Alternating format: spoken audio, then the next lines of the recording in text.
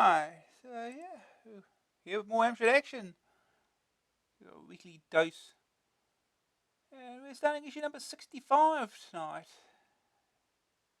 February 1991. Still £1.60. I guess still. It's still Britain's best-selling magazine for the CPC 464-6128 plus GX4000 console. Reveal the secret life of your Amstrad. Don't get left out. The authoritative AA guide to serious computing starts this month. Yeah, don't show anyone what's on your screen. Looks like a word processor. Turtles, is Microsoft's license worth shelling out for? Lotus, will Gremlin's driving sim give you a boost? Gazza II, does the Empire's footy sim score a winner? Plus newsletters, helps, tips, type-ins, adventure offers, and all your favourite regulars. Also got UN Squadron, Iron Man, Badlands, Sabutio, Line of Fire, Epyx World of Sports console. Sparks. Genius. Okay, Sparks of Genius. It is Pang. Another console game to look forward to eventually. Get your kicks in the £100,000 giveaway. Buy one, get one free. Only £3.99. Last Duel, Technocop, Vigilante, Super Scramble Simulator, Hunter's Moon, Thunderblade. Goes Hunter's Moon, C64 only. Well. Right, Amstrad Action, February 1991. July, I've got a Gazza compo. I certainly have a lot of competitions. Turtle Mania, Heroes in a Half Shell, or Half Wits in a Nutshell. We put the Carapace Crusaders through the AA Mangle. Gazza 2, Gazza 1 was Cobblers. So what can Gazza 2 do? Clue, it's on cartridge.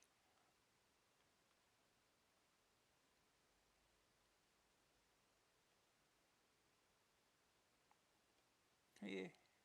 Epyx World of Sports, US Gold's first console game. Lotus Esprit Turbo Challenge, tough racing the Gremlin way. Gazza, more excellent console action with Empire's footy sim. Iron Man, Virgin's off-road racing sim gets a road test. Badlands, great in the arcades, but what's the conversion like? UN Squadron, take to the air over the Middle East with the Goldies. Teenage Mutant Hero Turtles, never mind all the hype, is it any good? Sabutio, the finger-flicking tabletop game in computer form. AA Games Guide, a new section fills you in on all those classic games you just have to have.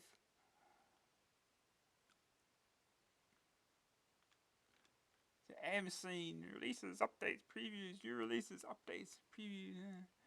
Console storm in France. But there's a muted response to Amstrad's new machines in UK high streets. The GX4000 is winning the console battle in France, according to Jean-Michel Blottier, editor of the best-selling French computer magazine Tilt. The CPC series is still dominating the marketplace, and the GX4000 is set to make a large impact. French publishers expect it to sell around 20,000 units of each game cartridge produced. Firm figures for sales in the UK have yet to be released, but early reports suggest the console is not selling as well as Amstrad might have hoped. Slow sales can be attributed partly to the continuingly gloomy economic climate, which has put the fear of God into mortgage-laden punters in the high street this Christmas, and also the sheer unfamiliarity of Amstrad's new hardware. Amstrad is unlikely to be concerned by early results, however. The CPC itself is evidence of a machine with a manufacturing life and popularity stretching far beyond the first few months of its launch. And providing Amstrad continues to put its weight behind the new machines, their success is assured. In France, Amstrad's machines still reign supreme, and the new console have met with a great response. That alone will cheer Amstrad considerably, and interest many game publishers deliberating whether to embark on console software regardless of the response to the machines in the UK.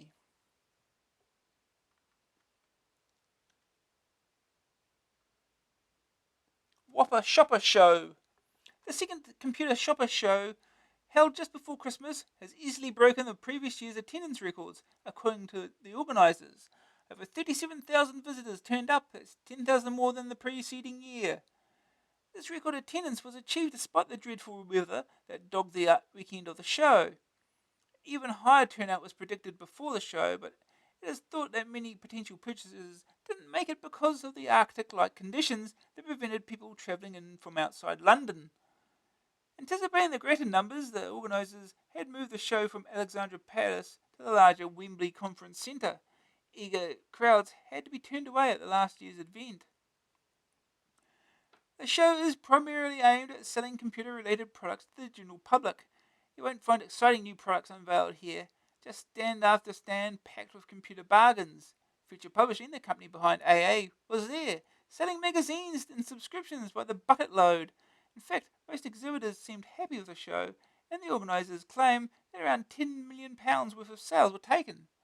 2 computer shopper shows will be held this year, the smaller one at Alexander Palace in the spring, and the main event once again at Wembley in December.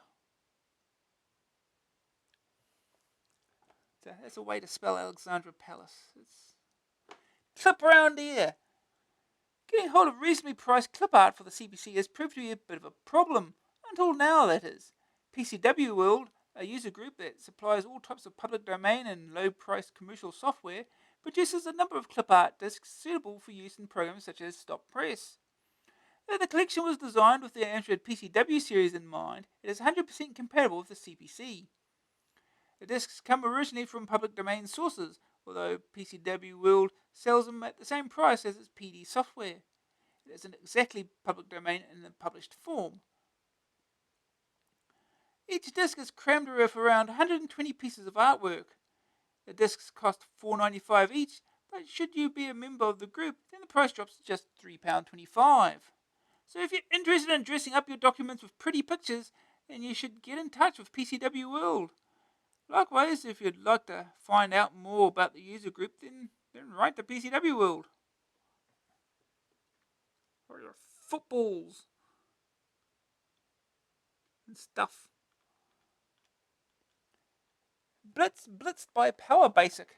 SPM Software, creator of the famous Blitz Basic compiler, has announced the release of its latest product. Power Basic is a games-oriented basic compiler running on the 6128. It concentrates on supporting the features which are most useful for games programmers. When combined with a commercial sprite toolkit, Power Basic can produce fast-running graphical programs. However, its good support of string functions should also make it very useful for adventure writing. And SPM claims its high-speed arithmetic should also endear it to those wishing to write strategy games. Power Basic is the successor to Blitz, hopefully putting right all Blitz's shortcomings. One of the biggest changes is that Power Basic does not support floating point basic. Instead, it uses the space saved from this to produce optimized integer code and give better support to the graphics, sound, keyboard, and RSX areas. The machine code generated by Power Basic will work on the 464, 664, and 6128. Oh, and there's a 40-page manual included. Power Basic costs $29.95, including P&P, but owners of Blitz can obtain the complete Power Basic package from SPM for only $9.95 and the return of the master disc. All change at Amstrad Action. The new year will see some pretty major changes in the staff of Britain's favourite CPC Plus magazine. Our long-standing art editor Ollie Alderton will no longer be with us, and James Leach has written his last word for the magazine too. Hanky's out, folks. To fill their shoes, one new face and one old one will be joining the team. Replacement staff writer Frank O'Connor will take over where James left off. Clean-cut, chisel-jawed Frank has owned every machine ever available in this country and claims to have played a number of games in excess of a squillion. He also owns an improbably florid waistcoat, which he insists on wearing to the interview. Ollie will leave his crayons to someone already familiar to AA readers, Paul Morgan, who used to be AA's art assistant and more recently has served some time on Amiga format. Will now be in charge of the design of the mag. Paul prides himself on his interesting haircuts and is so cool and laid back you just won't believe it. The changes have come into effect as a result of Future Publishing, the company that publishes AA, undergoing another phase of massive expansion. 2 new computer magazines are being launched by the Bath firm, with titles so secret that even AA staff don't know what they are. We are positive, though, that like all Future's other titles, they will quickly become market leaders in whatever fields they happen to be in. Ollie has moved to sister magazine Commodore format, where we're sure he will do just as wonderful a job as he has on AA. Ollie has worked for Future for 4 years, making him one of the firm's oldest hands. He spent over 3 of those years, since issue 24, as AA's art editor, and consequently has had an enormous amount of influence on the spirit of the magazine. James moves across the corridor to Your Sinclair as games editor. Your Sinclair is UK's top-selling Spectrum magazine. James was a relative newcomer to AA, having joined just 5 months ago. He made his first appearance in issue 60, and in the short time he's been here, has contributed a great deal. That's not all changed though. Rod still remains editor, and Adam retains his position as reviews editor. Though changes are always slightly disruptive, we're sure that the new blood will bring fresh ideas and make Amstrad Action even better than ever. Top to bottom, gone. Ollie Alderton, gone. James Leach. In Paul Morgan, in Frank O'Connor. I don't know what he looks like. You have 20p to comply. That armoured agent of the law, Robocop, is making another appearance, this time on the telephone. Now, you can't actually talk to the metallic mauler, but you can take part in an interactive adventure where you control his actions and decide the outcome of the story. Yes, you've guessed it, it's another one of those 0898 numbers. Nevertheless, we were intrigued enough to give it a try. Basically, unless you've got a glass of water standing by for when you open the phone bill, you have to be pretty keen to go for this one. What you get is a long piece of commentary followed by a choice. The answer you give determines the next narrative sequence, and so the story unfolds. To save you having to start from scratch each time you phone, you can save your game. You'd need to as well, because we reckon that it cost us about £2.50 just to get the exoskeletal enforcer to bash some crim's head in. Outrageous! Give it a go. Call 0898 345 678. But bear in mind, it's costing you 44p per minute peak rate and 33p per minute the rest of the time. That's £25 an hour, peeps. Playmates available. Issue 5 of Playmates is now available. For those not familiar with it, Playmates is a fanzine for the Amstrad CPC range. It is written and produced by Carl Surrey and contains reviews of both hardware and software, as well as pokes, hints, cheats, and tips. One certainly notable point is the inclusion of our very own Phil Howard. Phil has, perhaps rashly, agreed to do a question and answer type interview in issue 6, out soon, but also appears in the current issue. Playmates is a well put together mag which covers over a wide variety of subjects. It also has a distinctive style and is certainly worth a read. One point should be made, however. In issue 5, James Verity states that magazines such as AA tend to be biased to the software house that has the most adverts. This actually is not the case at all with Amstrad Action. The editorial department judges software purely for the benefit of the reader. The advertising side of the magazine is kept separate and certainly does not have any bearing at all on the decisions of individual reviewers. So there. There's Wacky again.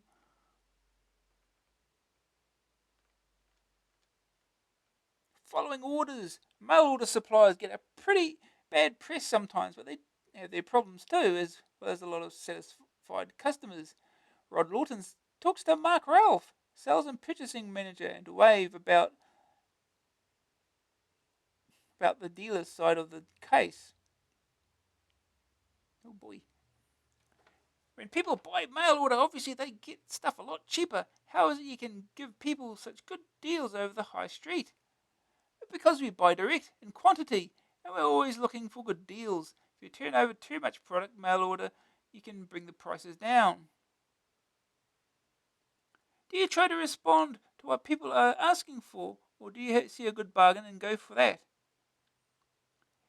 If we get anything offered to us, we'll purchase it and offer it cheap to our users, but if there's a particular demand for a product, we'll source the product at a reasonable price and sell it out at a reasonable price. What we also do is look through the computer magazines, read through the letters page and things like that, and see what kind of products people are after.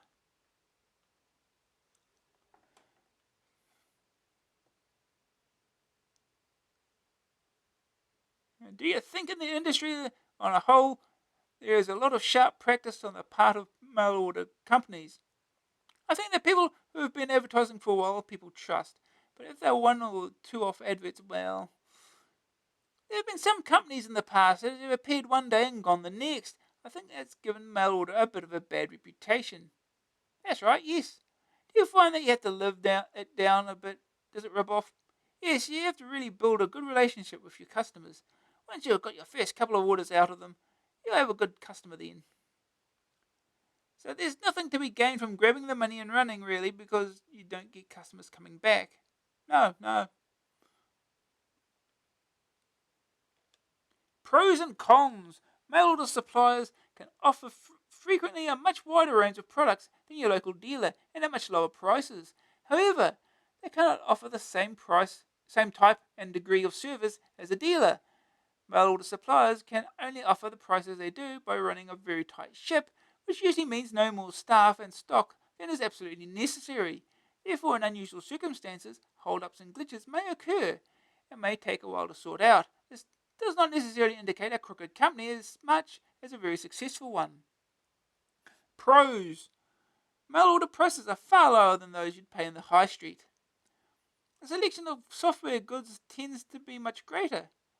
Many items sold by mail order are too specialised or too old to be stocked by a dealer. Mail order is the only way to get them. You can order without leaving your living room. Cons. At certain times of the year and for certain products, demand may cause a backlog of orders. Companies will frequently be obliged to quote new products in advertisements before the products have been received, and they may take longer than expected to arrive. Mail order dealers cater primarily for people who know what they want. They're seldom in a position to comment on the suitability of any product for the user's needs.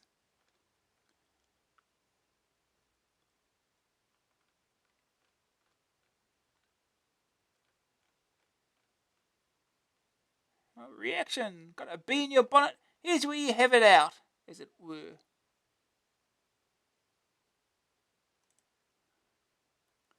The female continues.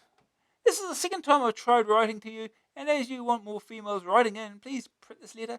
First of all, I've played that great game Fantasy Wheel Dizzy by Codemasters, issue 55 of AA. You gave a cheat for it, but I, while playing it, discovered that you didn't need to press DYLAN and Q, you just have to press C. Second of all, since you have to cater for everyone's different needs, why don't you bring out a beginner's magazine or something? Lastly, I was very pleased that I am a proud owner of a CPC 464.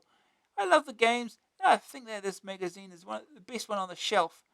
What's it doing still on the shelf? Ida McClure, Belfast. P.S. I think that females and males are both equal in computing, and that you're standing up to it very well.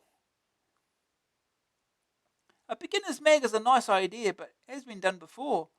We feel that by including Alex Van Dam's column, we are catering for those who are beginners and want simple answers to questions that others seem to take for granted. Alex understands all the trials and tribulations of starting out in computing and currently spends hours at his CPC. Personal stereo blaring away and puzzling out Amstrad's intricacies. If you have any questions for her, write to Alex at the usual Bath address. She'd love to hear from you, and we'll sort you out in no time at all. More technical or complex questions will be happily received and answered by Adam in the forum section, unless you manage to stump him totally.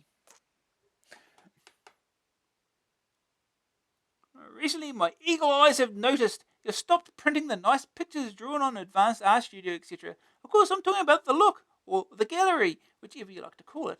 Why did you stop? Is it because readers got fed up with drawing the pictures? Or was it because you're running out of prize money? Or just because you didn't want to give them money to people? Yes, or another, or maybe you got enough pages to print it on. Now, there's a lot of questions there. I think it's big enough to send off. Andrew Horner, Sheffield. P.S. What the hell is the maddest reader of the year business in AA63, page 14?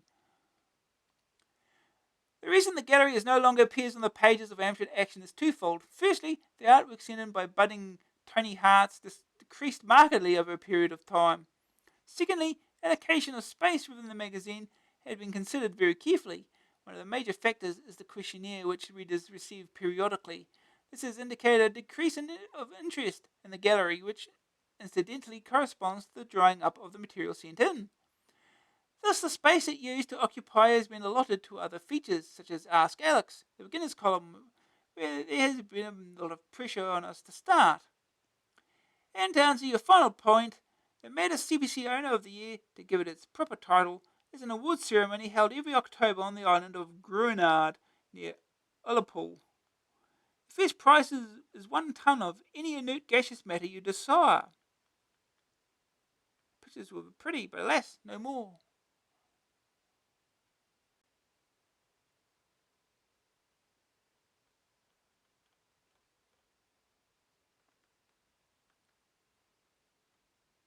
Cartridges for hire. Looking through some computer magazines, I come across an advertisement on subscription offer. It was designed for the Sega Master System. What's that? And it allows you to hire 12 cartridge titles, 1 game each month, for £30 or £40 a year. Do you know about this? So, do you suppose AA or other companies will follow suit and provide this service for GX4000 owners and Plus owners? I understand that the number of titles has to be large enough to be economical, but I'm sure the titles will grow rapidly. Fred blogs, Fitfood. Cartridge hire on the Sega is starting to take off in a big way in Britain. It's already popular in the USA. There's no earthly reason why it shouldn't be set up for the Amstrad as well. As you say, Mr. Blogs, there aren't quite enough titles yet.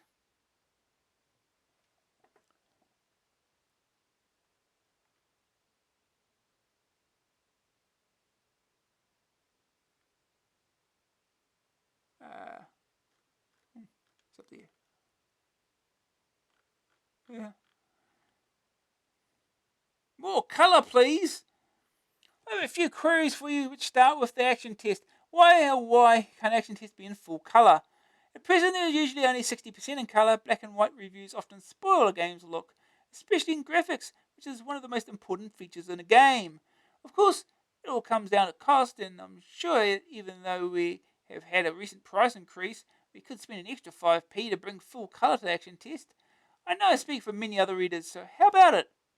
Secondly, I noticed in the December issue of AA, in your mail order section, you have a total recall with an AA rave. My question is, how did it get an AA rave since it hasn't yet been released in any format? It might be a load of rubbish. Surely AA can't be going as low as some mail order companies by advertising false facts about their products. Finally, I think that introducing a games buyer's guide is a great idea and certainly gets my vote. William Huddleston, Borders, Scotland. You only have a certain number of colour pages per issue owing to, as you said, primarily financial reasons.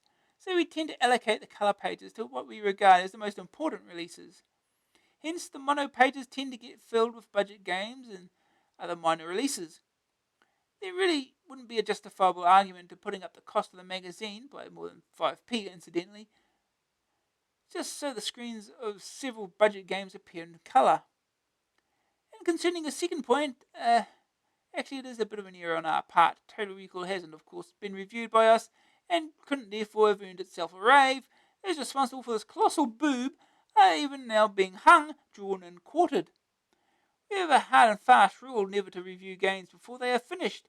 This is because so many variables exist that the programs might change before the game actually appears in the shops. It might bear little resemblance to the version reviewed. Whenever we preview a game or look at a pre-production copy, we make sure that this fact is stated clearly.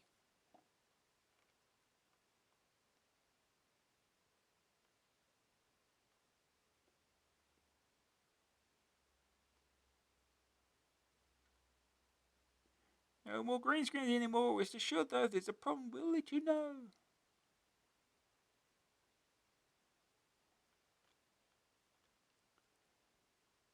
PD on cassette. I'm writing a response to the letter in the December issue from John Pogson, probably, like many Amstrad owners, wants PD software on tape. John and others may be pleased to know that I run a PD library called Data PD, and I support both tape and disc. Since I started it up about 6 months ago, I have collected over 2,000 of software, including games, educational, utilities, etc. If anyone's interested, send 30p or an SAE for a newsletter. I'll send some sample programs by enclosing an SAE, 50p, and a blank tape or disc. If you're overseas, you can send an extra £1 instead of an SAE. Please make checks payable to T. Kingsmill, Tony Kingsmill Data Public Domain Library, St Albans, Hertfordshire. Oh, what a blatant plug! Never mind, at least John Pogson and others can rest assured that people are producing and distributing PD on cassette.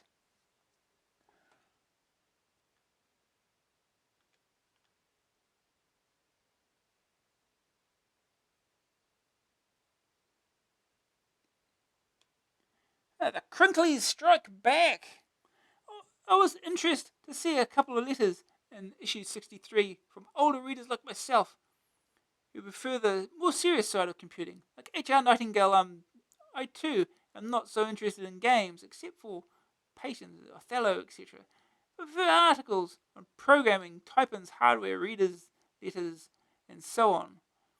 I realise that many of our readers are youngsters who are keenly interested in latest games, and because of this, the support of our machines is kept at a very healthy level by the software houses. So we owe you something fans a lot. I am also impressed by the programming knowledge that they have. They are able to crack the latest games, to produce cheats that leave me standing over a poor basic programmer. However, please do not underestimate the number of serious readers you have, because we do not write in very often does not mean that we don't exist. So please throw us crinklies, a few sprats from time to time. Now, a plea for help. Do any of your programming stars ever program to print the contents of a disk when using CAT? I have tried CAT #8 and other variations to no avail. It's probably very simple, and I shall kick myself when I see the solution.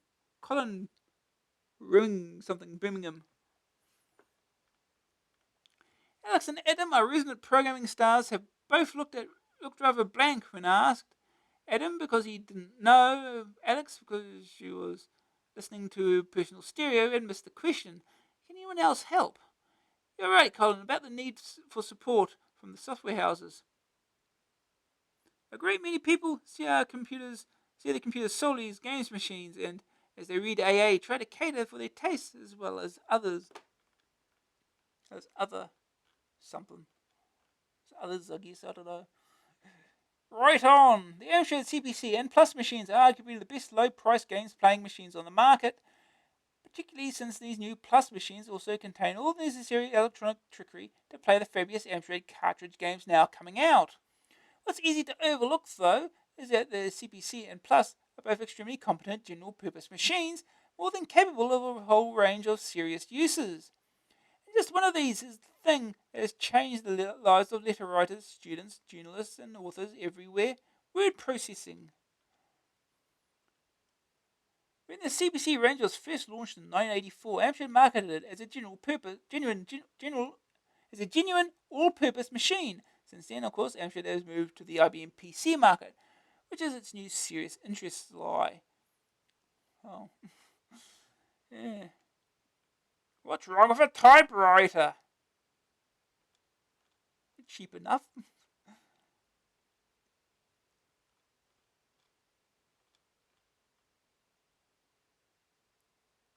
With the exception of the GX4000, all Amstrads are sold with a monitor included as part of the package. You have a choice between color screens and cheaper mono versions. Color monitors are great for games playing, but mono screens are much easier on the eye when it comes to writing on your computer. Take 3 word processors. The trouble with being a journalist is that you get a very narrow idea of what to look for in a word processor. All you want to do is shuffle about large numbers of words, while most users are looking for a subtler blend of features. We recruited cheap mode columnist Phil Howard to take a look at 3 major Amstrad word processors on the market today. A Brunwood 6128. The best, by far the best spell checker of the 3 you reviewed. Oh, you got benchmarks. Brunwood, Protex, and Tasword. How much did Brunwood cost? £30. Protex $26.95.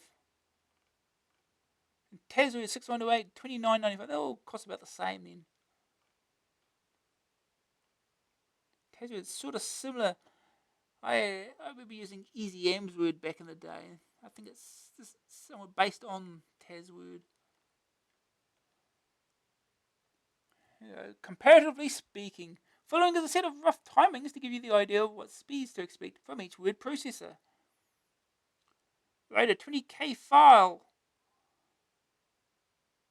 9 seconds for Brunwood, 7 seconds for Protex, 27 seconds for Tasword. Oh. So, it's the only one that's faster at saving than loading. Replace and with also. Brunwood does it in 74 seconds. Protex does it in 5 seconds somehow. Tasword does it in 94 seconds. The Protex seems pretty fast. Spell checking figures are lifted from an old Brunwood advert. Oh. Spell check 3,366 words. It's oddly specific. 52 seconds for Brunwood, 384 seconds for Protex, and 1,126 seconds for Tasword. That's pretty long. It's like 18 minutes, isn't it, or something?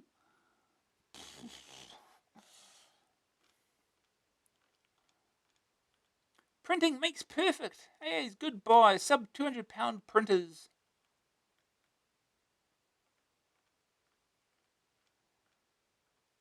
The Commodore Amiga or Sega Mega Drive, plus the games of your choice, or Atari Lynx, or Nintendo Game Boy. A fantastic dollar quiz monthly computer competition. Ooh. Question: what is the name of the main character in Dragon's Lair? Answer 1, Billy Brave. 2, Dirk the Daring. 3, Fearless Freddy. It's that simple. And remember, you can enter all competitions as many times as you like.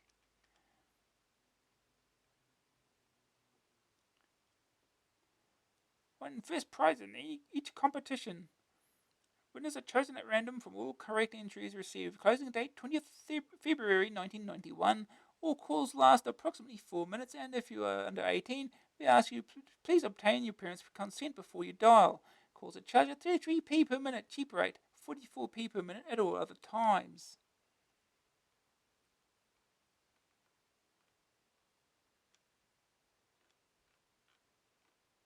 Forum. If these problems have you swearing, don't be shy, ask Dr. Waring. Oh.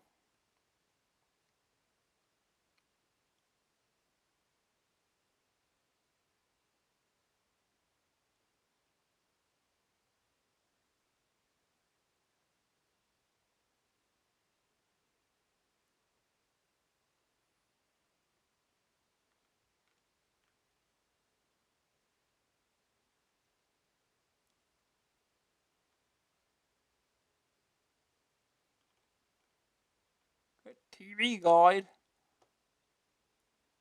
My sister's got a Spectrum 48 Plus. Boo! And she is wondering whether she can connect it to a colour monitor. Any make instead of a TV. I doubt it somehow because of the Spectrum's poor graphics. And also, how much would the monitor cost? I also have some more questions. 1, could I use the Genius Mouse to play software? If not, then could I use the Multiface 2 to poke it somehow? 2, would a portable colour TV display all the Amstrad's console's colours?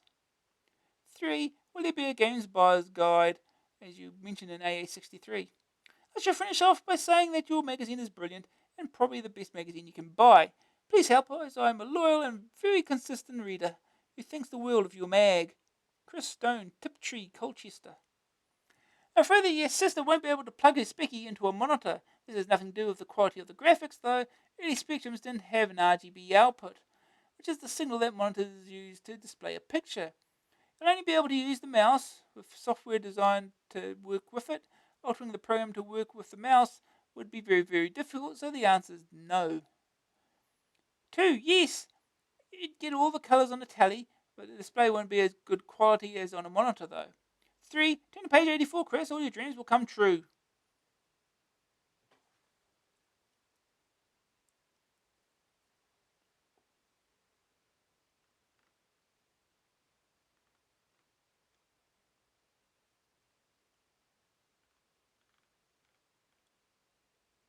They reused this thing. Reused this image.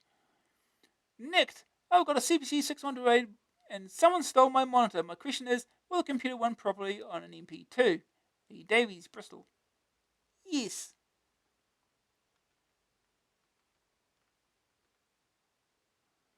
Mr. Fixit, I'm answering to Mr. J. Palmer's letter in AA61. What do you do? I hear you ask. Well, I explained the whole thing to my local software shop, and they swapped the superfluous leads for some others, and that did the trick. And from that day, I was a very happy boy. Mr. Fixit, alias Thomas Story, Whitley Bay, Tyne-and-Wear. Pardon? Okay.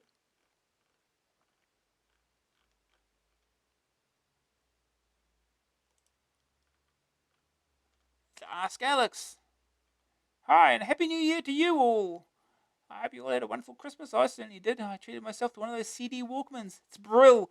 Now I can annoy people I sit next to on the bus with superb digital sound. I'm sure it still sounds like the same old to them, though. Thanks for all the Christmas cards you sent me. I didn't know it was so popular. The festivities may be over. There's still plenty of post-Christmas probs. Oh, fear not. I'll do my darndest to get to the bottom of whatever it is that is troubling you. And if I can't, I'll send them back to Adam and let him deal with them.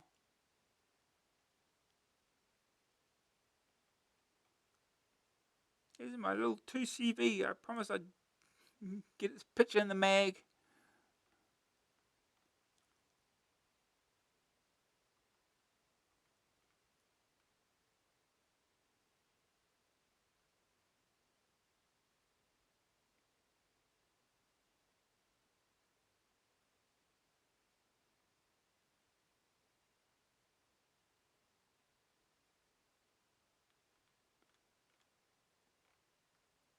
Live and learn. Well, with the French now being able to walk to Britain, and with the increase in the home learning of traditional school subjects, James Leach looks at 2 packages designed to aid those who wish to use their CPCs for something other than games. French Test, 1595 disc, GMF programs. Look, it's got guillotine on it. Guess that's their version of Hangman. Good news, easy and fun to use. Accurate and slickly presented. Guillotine game is very well done. If you failed GCSE after using the French test, GMF states that it'll refund your dosh in full. Okay. Bad news, too particular with inputs. Upper, lower case. Shouldn't matter. The home study disc, price to be announced. MJO software. The build is a very user-friendly program that will allow you to keep all your school coursework on disk in a form that makes revision much easier. Good news, easy to use, simple but effective, very flexible, and easy tailored to suit individual needs. Bad news, it's really just a memory aid. It won't explain or teach anything. It just help you to learn by rote. On the grapevine. The grapevine section has expanded this month up to a massive 3 pages. It is simply because there's so much gamesy reviews, gossip, and preview stuff about Amstrad Action. We never knew there was so much in it.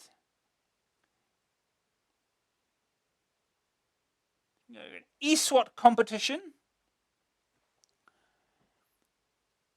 If the envy of all the other kids on the block is wearing one of those fabulous bum bags, you won't find these in the shops.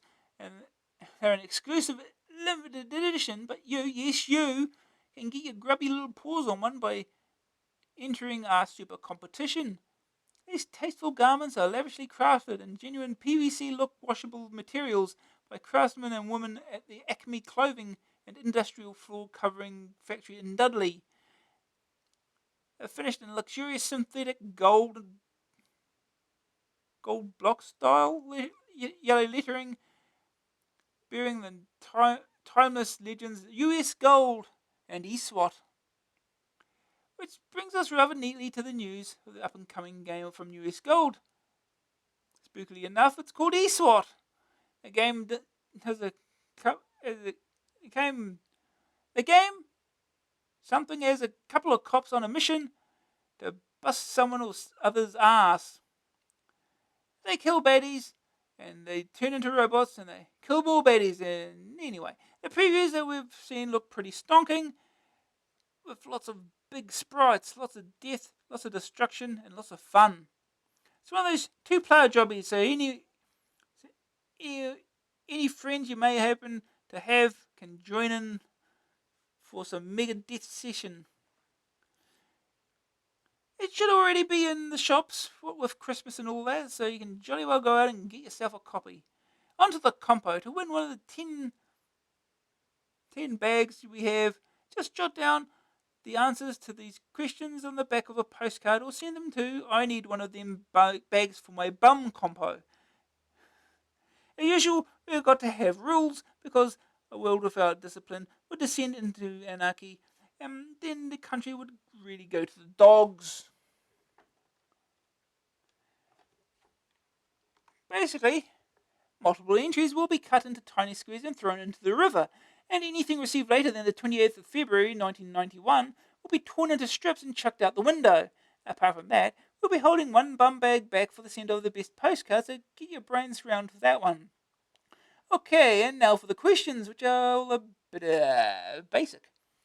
1. In America, the word bum means A. A pyrotechnic device, B. A tramp or down and out, C. A game played with dice. 2. The word bottom can be defined as A. The opposite of top, B. A fastening device commonly used in clothing, C. A stick used for hitting people with. 3. An ass is A. A hybrid offspring of a donkey and a horse, B. A baby swan, C. The highest scoring playing card. Okay, win a bum bag in a stupendous eSWAT competition. Crete for a laugh. We are going for your holes this year. One of the Greek islands, perhaps? Paxos is a lovely resort and Lesbos is nice this time of year, but Crete is the best place with sun, sand and sea in the plentiful proportions.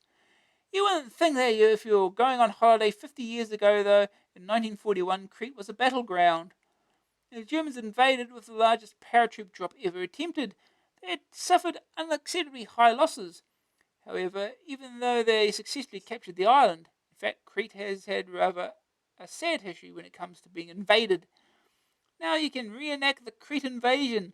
The wargame specialist CCS has chosen Crete in 1941 as the basis for its latest game, Crete 1941.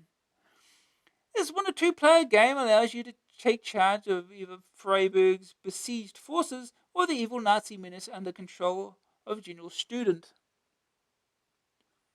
10 things you never knew about Crete unless you're dead clever. 1. Crete is the biggest of the Greek islands. It's the 5th largest island in the Mediterranean. Number 2. The Minoans invaded Crete 4,000 years ago. They were also responsible for the invention of the flushing toilet. Number 3. Crete was invaded by the Venetians in the 1600s. Number 4. It was invaded yet again by the Turks in 1800 and something and remained under Turkish control until early this century. 5. Crete has the 7th point in Europe. 6. The Bounty advert was filmed in Vi Beach, Crete. Like all islands, Crete is surrounded totally by water, even at low tide. Okay. 8. The Minotaur, the legendary half-man, half-bull that 8 people lived in the labyrinth under the Knossos Palace, Crete. 9. The first men to fly were not the Wright brothers, they were Daedalus and Icarus, who took off from Crete with wings made from wax and feathers. Number 10. Zeus, the god of gods, and Mount on Mount Olympus was reputedly born in the Dictys Mountains in Crete. Okay.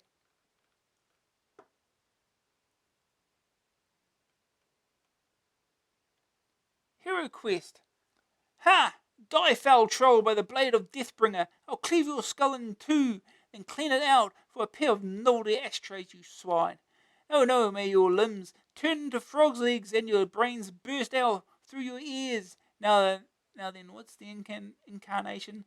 Let me at him. I'll slice his knees off with me battle axe, because that's all I can reach. Look, why can't we discuss this? I'm sure he doesn't want to be evil and would much prefer to run around barefoot under the trees. But what is all this? Hero Quest is a popular board game produced by Milton Bradley. It's hijinks in a magical world inhabited by creatures that you read about in fighting fantasy books. Up to 4 players can take part in the adventure and can play the character of barbarian, wizard, dwarf, or elf. They have different abilities like magic, strength, and fighting. When another person is needed to run the game, this is because it features several different scenarios. So once you've finished one game, the next time you play, you have a totally different quest and set of problems. Hero Quest is based on Dungeons & Dragons role-playing games that were so popular around a decade ago. It's simplified to make it a suitable format for families to play. Now, Gremlin is translating it from board game to computer game. The computer will take the place of the game master and control all the nasty monsters, as well as making sure your characters keep following the rules. Hero Quest is set for an Easter release, but 5 of you can play the board game for the price of a postcard and a stamp. The closing date is 28th of February 1991, and entries should be sent to Hero Quest Compo. Number 1. The Balrog is the name of a hideously ugly adventure columnist. In which book in the Lord of the Rings trilogy did he kill Gandalf? A. The Fellowship of the Ring, The Two Towers, or The Return of the King? Number 2. What does D&D stand for? A. Daisies and Daffodils. B. Draconians and Devils. C. Dungeons and Dragons. Number 3.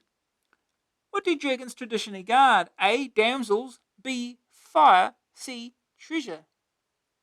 Hero Quest, the board game, is soon to appear in a computer game on the Amstrad. North and South. Remember the TV show that launched Patrick Swayze's career before he was Dirty Dancing and playing Dead and Ghost? He was in one of those ITV miniseries called North and South. The program was all about the American Civil War. The war started because of differences between the slave-owning South and the non-slave North. The two sides, the Yankees and Confederates, battled it out for 4 years between 1861 and 1865, with the Yankees eventually proving victorious. Infogrames is putting together a game based on this war called North and South. It has nothing whatsoever to do with the telly program. It does feature lots of tongue-in-cheek cartoon animation though, and what we saw looked brill. 1 or 2 players can take part in the strategy game, capturing forts, stopping trains, and launching surprise attacks against the enemies. It all looks good fun, and the graphics we saw were excellent. We'll be bringing you a full review when we get our hands on a copy. Narco Police. A big bad drug baron is holed up on his island retreat. A team of tough coppers are needed to flush him out before he flushes his stash down the bog. Their team are the Narco Police, a special drug-busting unit, and you are their leader. So, your warrant's been signed, and you've got the authorization to go in there. Your team are armed to the hilt. Drug barons don't take kindly to being arrested and spending the rest of their lives in jail. The game mixes strategy with arcade action and features dynamic's usual big, bold and bright graphics, along with plenty of explosions and violence. We'll be telling you all about it as soon as we've seen it.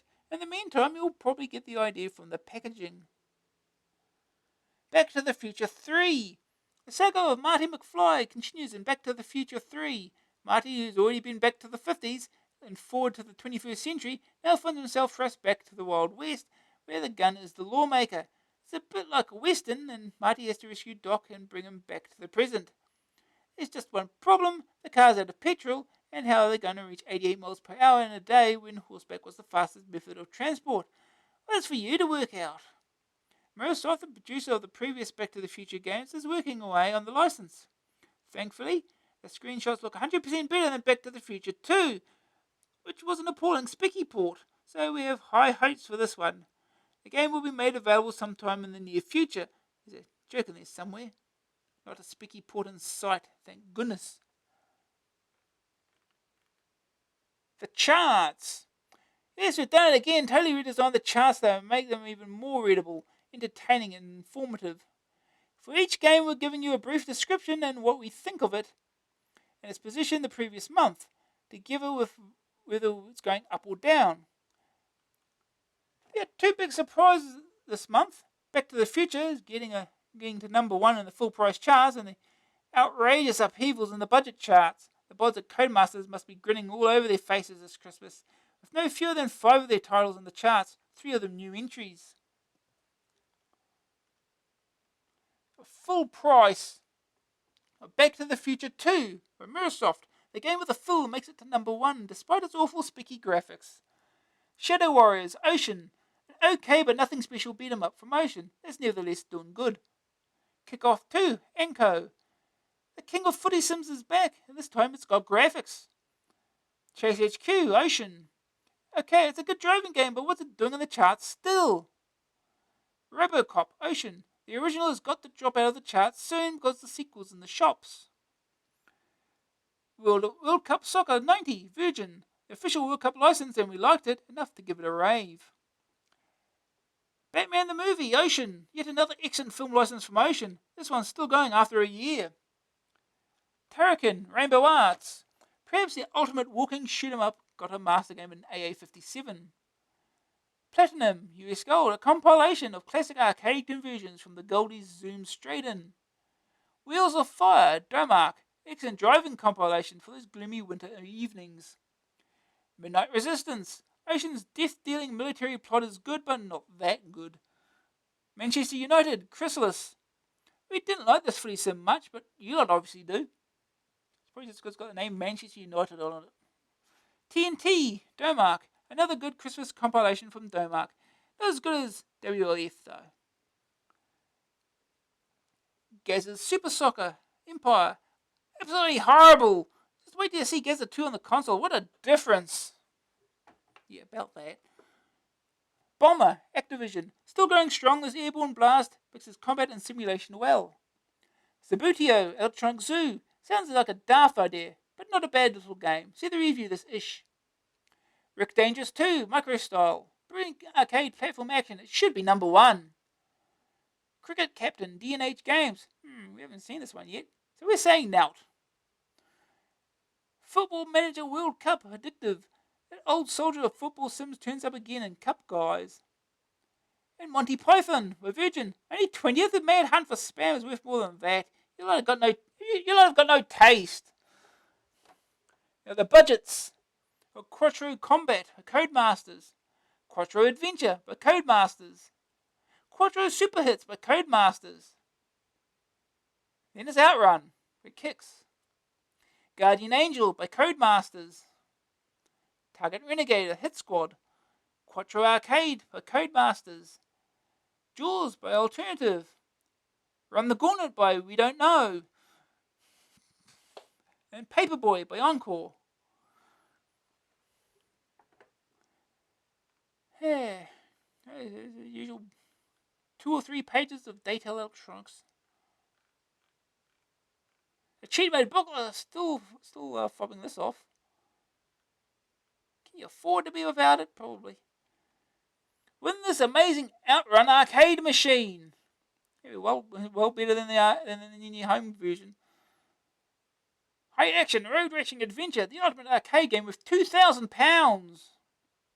How do you fancy running a Sega Outrun arcade machine so you can use it whenever you want and never have to pay to play? You bet. Well, this brilliant arcade game is worth £2,000, and to give yourself a chance of winning it, all you have to do is call 0898 101 988. Or you'll have to try and beat our race course before you get beaten by the clock.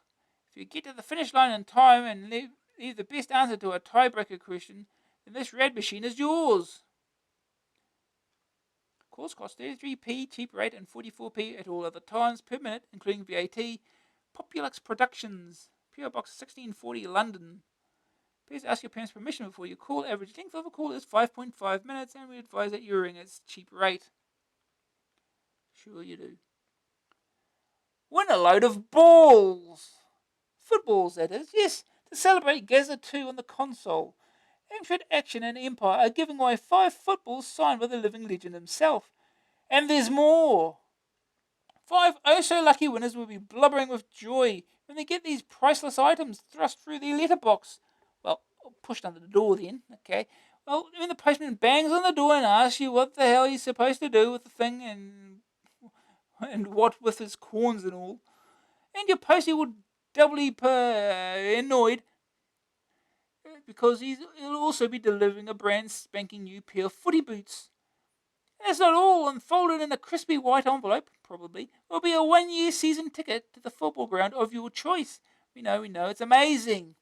Needless to say, it's not going to be an easy matter winning one of these fabulous prizes. We're going to test your footballing knowledge to its limits, just to make sure that only true footy fans stand a chance of winning this absolute corker. But first, the rules. As ever, no employee of Future Publishing is eligible for entry, no matter how much money he or she offers Rod in a brown paper bag at 5 o'clock tonight behind the bike sheds. The closing date for entries is February 28th, 1991, and any arriving after that date will be scrunched up and pushed behind Adam's in-tray, where archaeologists will discover them in 2,000 years. The judge's decision is final, and no correspondence will be entered into, especially with all those people who thought sending in 12 by 9 envelopes covering in luminous magic marker scrawlings would make a blind bit of difference. Once again, no multiple entries.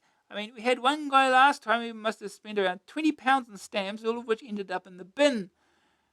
A slightest suspicion of tawdry trickery,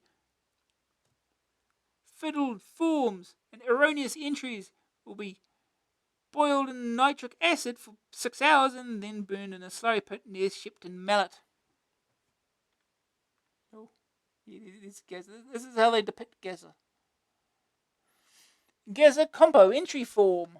To enter our Gazza competition, all you have to do is answer the questions on this form, cut it out, or use a photocopy, and send it to Gazza Compo, Amstrad Action. Easy, eh? Don't you believe it? Those Gazza signed footballs will be worth who knows how much in years to come. Which is why we're going to make sure that only ardent fans get a chance of winning them, and the other fantastic prizes that make up our unbelievable competition. Sorry, we're copying this from one of those letters the Automobile Association sends members who haven't paid their subs. So without further ado, here are the questions. 1. Who does Gazza play for? A. Tottenham Hotspur. B. Arsenal. C. Manchester United. D. Liverpool. I have no idea. 2. Which of the following teams was not in the 1990 World Cup semi-finals? A. Argentina. B. Brazil. C. England. D. Holland. 3. Who is England's most capped goalkeeper? A. Pat Jennings. B. Gordon Banks. C. Peter Shilton. D. Gustav Mahler. 4. Which of the following does not describe Gazza II on the console? A. Wicked. B. Ace. C. Ultra Fast. D. A quarter to 3. 5. Name the software house that produces Gazza II. A. Umpire. B. Empire. C. Vampire. D. Quagmire. Tough or what? Now all you have to do is write down your particulars. And now we need to know 2 other things, just in case you're one of our 5 prize winners. What is your shoe size? Which UK football club would you like a season ticket for? Got all that? Well then, what are you waiting for? Get cracking.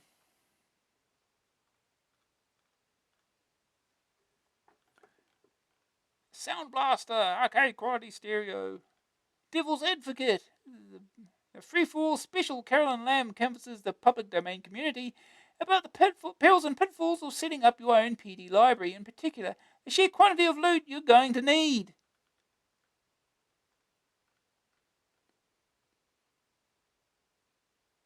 But public domain software should be free. How come I've got to pay for it? Oh. K&M Computers, fast, friendly service. Action test, we're finally here. 2 cracking console games this month, plus a racing master game.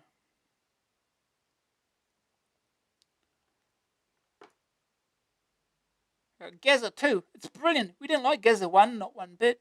But this one is a corker. Turn to page 48 and find out why. The Toodles are here. Well, on page 58, actually. Sabutio on a computer. If you think it sounds daft, prepare to be surprised. Page 60. Lotus Challenge. Gremlin does it again for a brilliant driving sim. More on page 46. Epyx World of Sports on the console. You won't believe the graphics. Page 44. Blow up the Middle East in UN Squadron. Taking off on page 56. Our first game is Epyx World of Sports. US Gold, $24.99. The urge to compete is irresistible. Don't you feel the need to pit your fitness and skills against others? Don't you need to win at everything you do? If not, then you're probably a normal, well-adjusted person. However, if you are manically competitive, you might be willing to travel all over the world in order to beat people at exciting and obscure sports. This selection of 4 games lets you do just that. There are 4 sports which you'll have to master if you wish to reach the top of Epyx's high score table. The first is good old BMX riding. Remember that. It's not a case of tackling the traditional half tube this time, but pedaling along an incredibly perilous track littered with railway sleepers, bales of hay, and vertical drops. Slicing majestically through the snow. Ow, I think I cracked 3 of my ribs. The track scrolls in a sort of 3D towards the top left-hand corner of the screen. You, controlling the speed and direction, must successfully get to the end of the course in the shortest possible time. You have 3 lives, losing 1 every time you tumble off the bike. The best way to complete the course is to go as fast as you can, doing wheelies whenever you reach an obstacle and to bounce over it. If you do come off, either start at the beginning or halfway through, depending on how far you got before the tragic accident. Having proved how incredibly talented at BMXing you are, it's time to get on a plane and fly to Switzerland, or conceivably Austria, to strap on your skis and go skiing. You start on the shed at the top of a fiendish slalom course. Dig your sticks in, push, and you're off. Again, you control speed as well as left-right movement. Speed is still of the essence. You view yourself from in front and above, so the angles are easier to judge. The only problem occurs if you let your speed build up too much. You won't be able to get through many of the gates and will end up smacking into a pole. You lose a life and lie there for a few seconds dazed. The controls are suitably skiddy. You will be hammering the joystick and joypad to get around some of the trickiest switchbacks. And it is so frustrating when you see a flagpole looming up right in your path. It's possible to miss out some gates. You don't get any points for doing this, but you'll stay on your skis until you reach the bottom.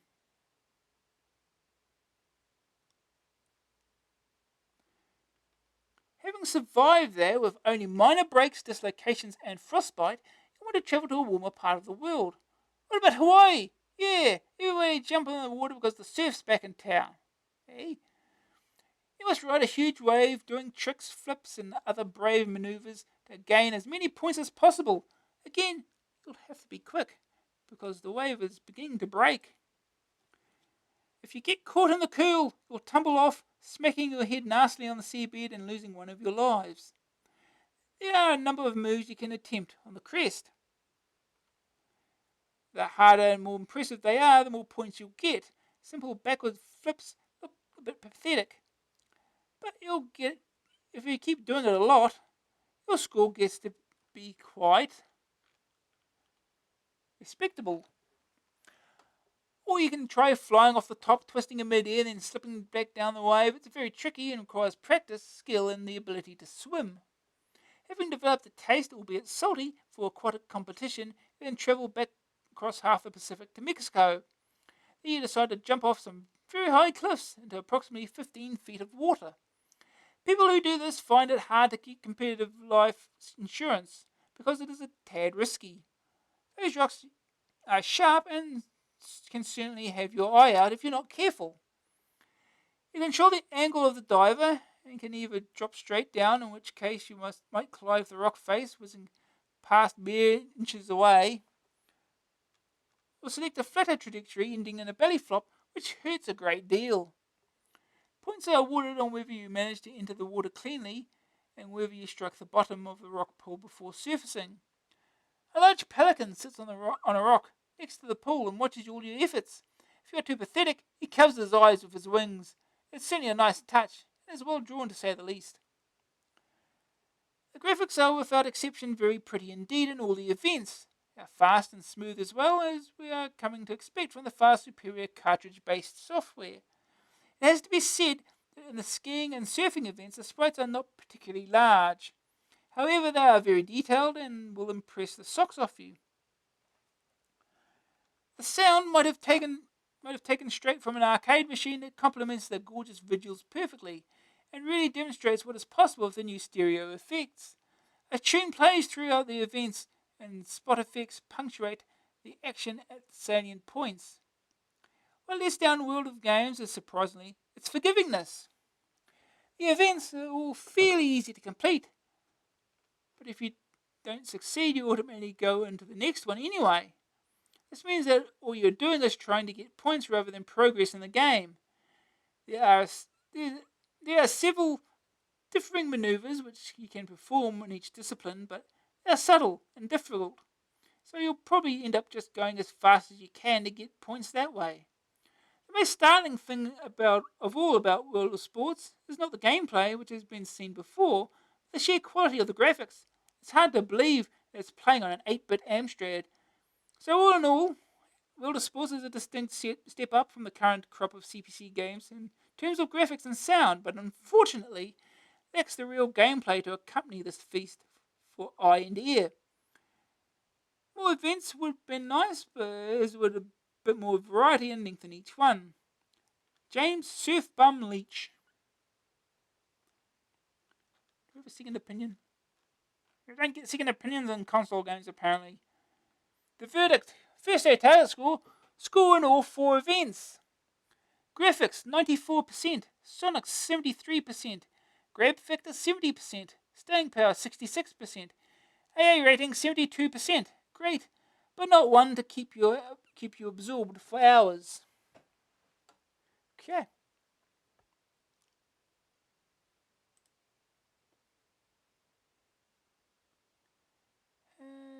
Okay, so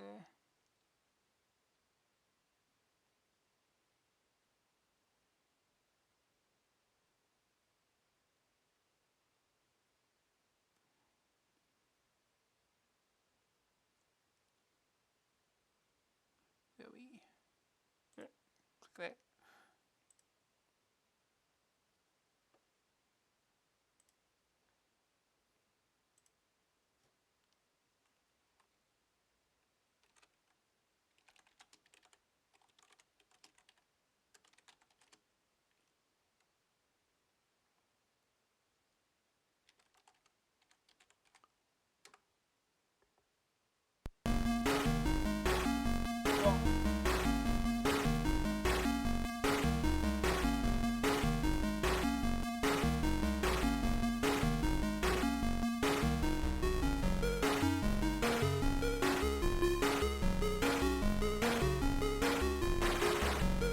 These things start up immediately.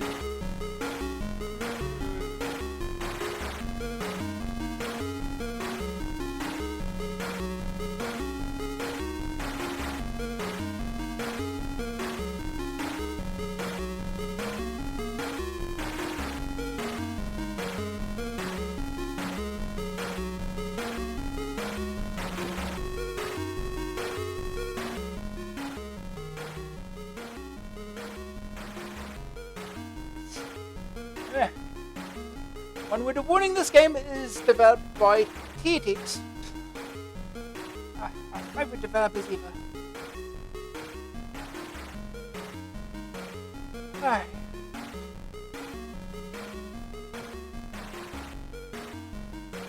Play all events, play one event, practice one event, and players. 4. Is that 4? No. Oh. No, use the cursor keys to move these. Numbers mean nothing. Numbers mean nothing.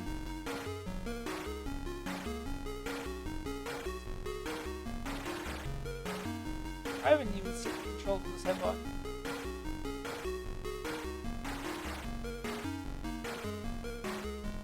Order event 4. Okay. Have I?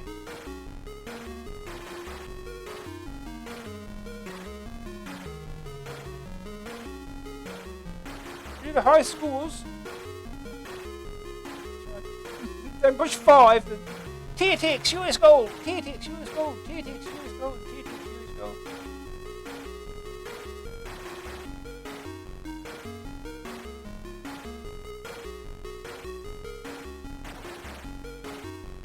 Let me just play all events.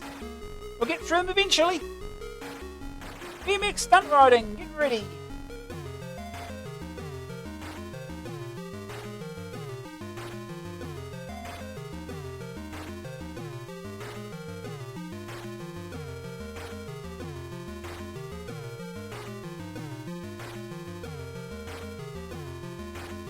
Ah, splat.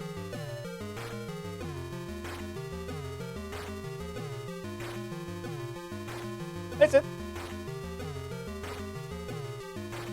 Score 80. Time bonus 350. Total score 430. Slalom skiing.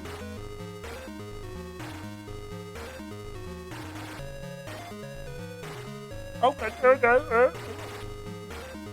We missed one gate already. This plays alright at least.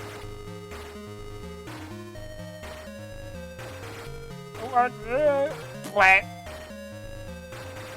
Do it again.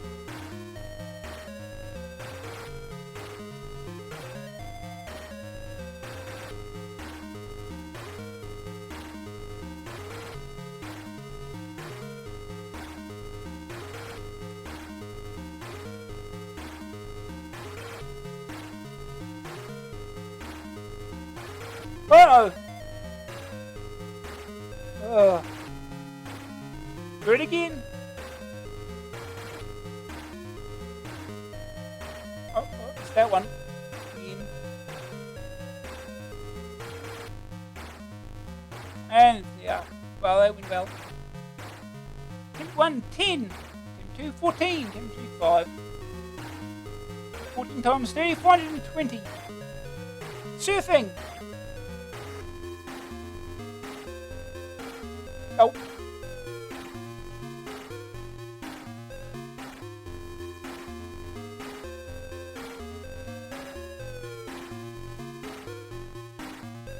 Ah, I have no idea how you do tricks. Nope, going good. Well, that went well. Oh, look, we got 10 points in the tip 2 somehow. I have no idea how. Cliff diving.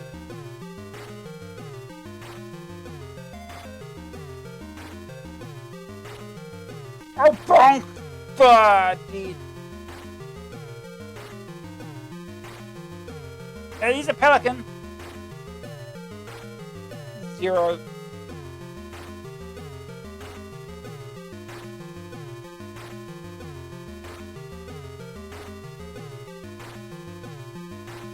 Bonk. 0. Further out again.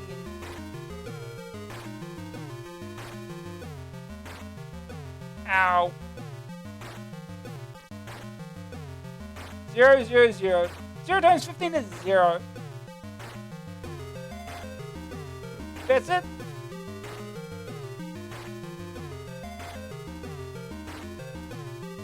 We'll try that again.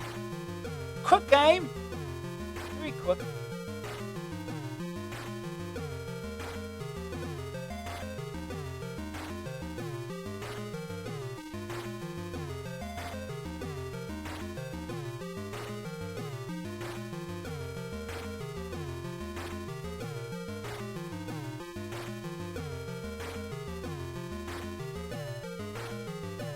Yeah, perfect. I don't know where the stunt's coming. If I knew how to do that. Finish this once.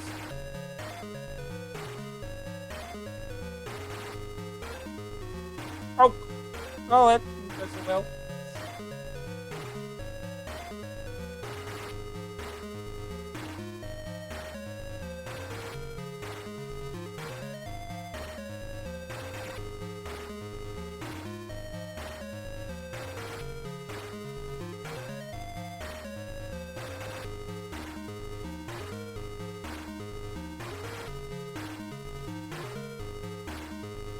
Oh no, oh, never mind. No!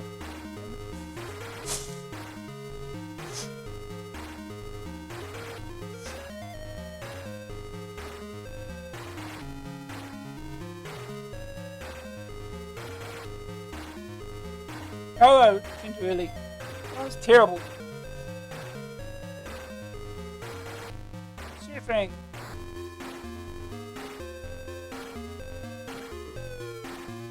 Oh, I did a thing.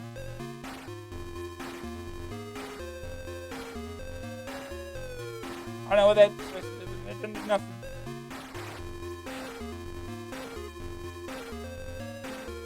Oh, no.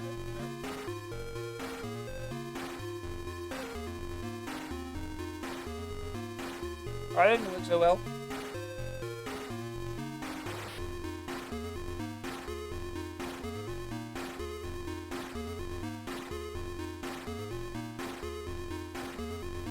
Oh, we did a thing!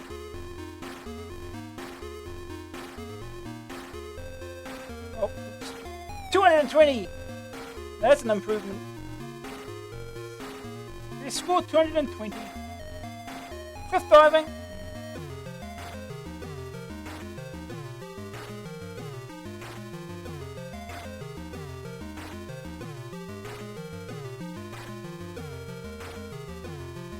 Oh. Hey, we got 77, we got points!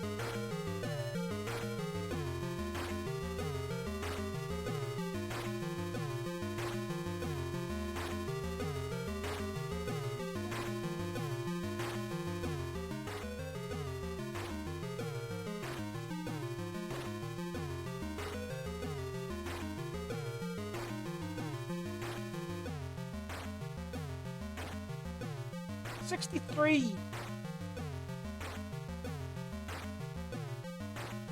There's a treasure chest down there. Let me go get that.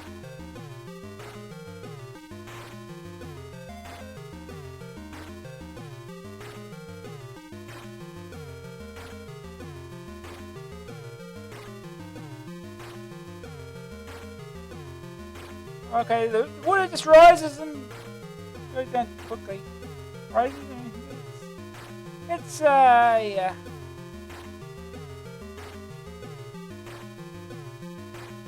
$1,155.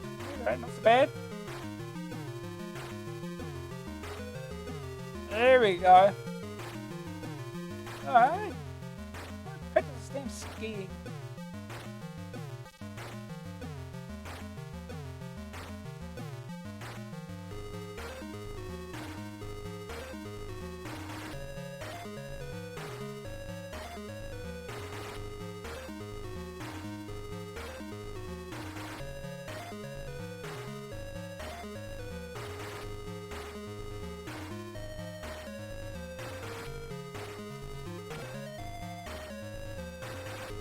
Never mind.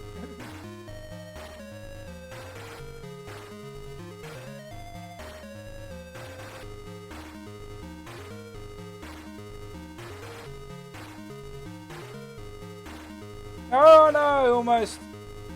We're running out of time though.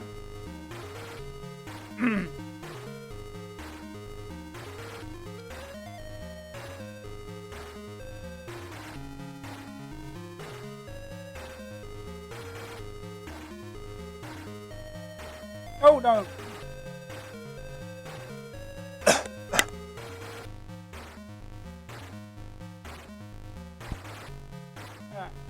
Try again. practice.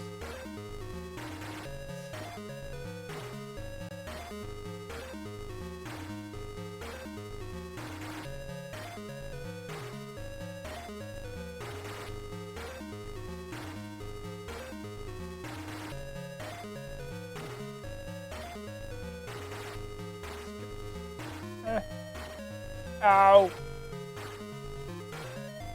Get a bit more speed up, but no.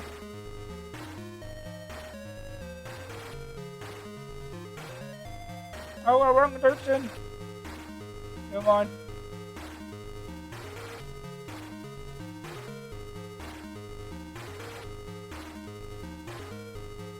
Oh no.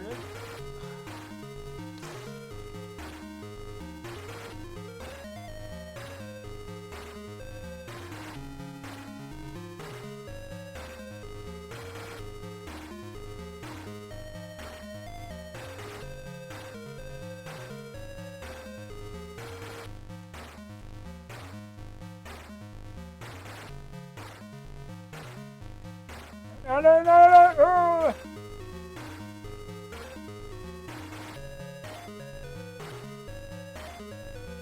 Oh no.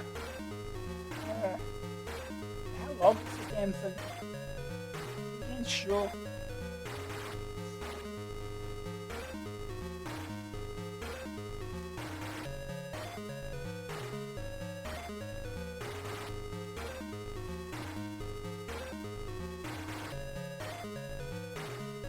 Oh, wait.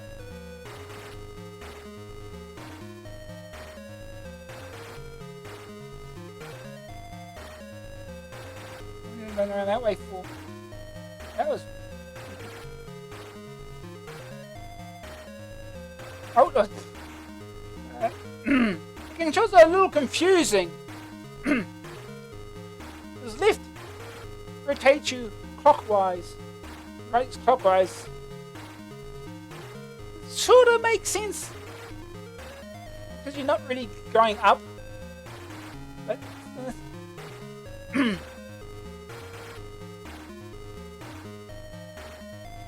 oh.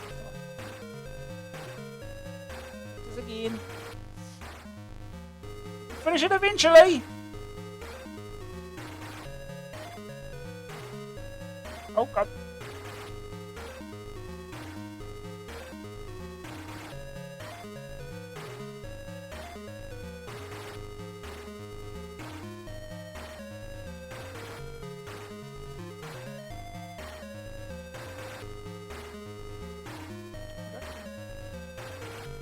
Oh god.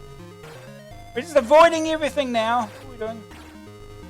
Oh, here we go, finish. We got to the finish. What we wanted to do. If we missed half the gates, doesn't matter.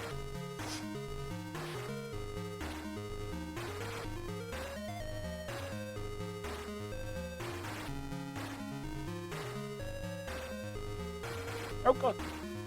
Wrong button again.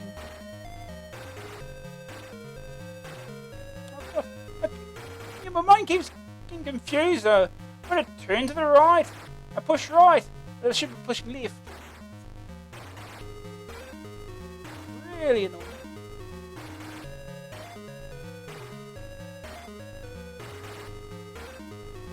Oh god, I did it again. Oh god, I did it again. Oh. Anyway, we'll move on.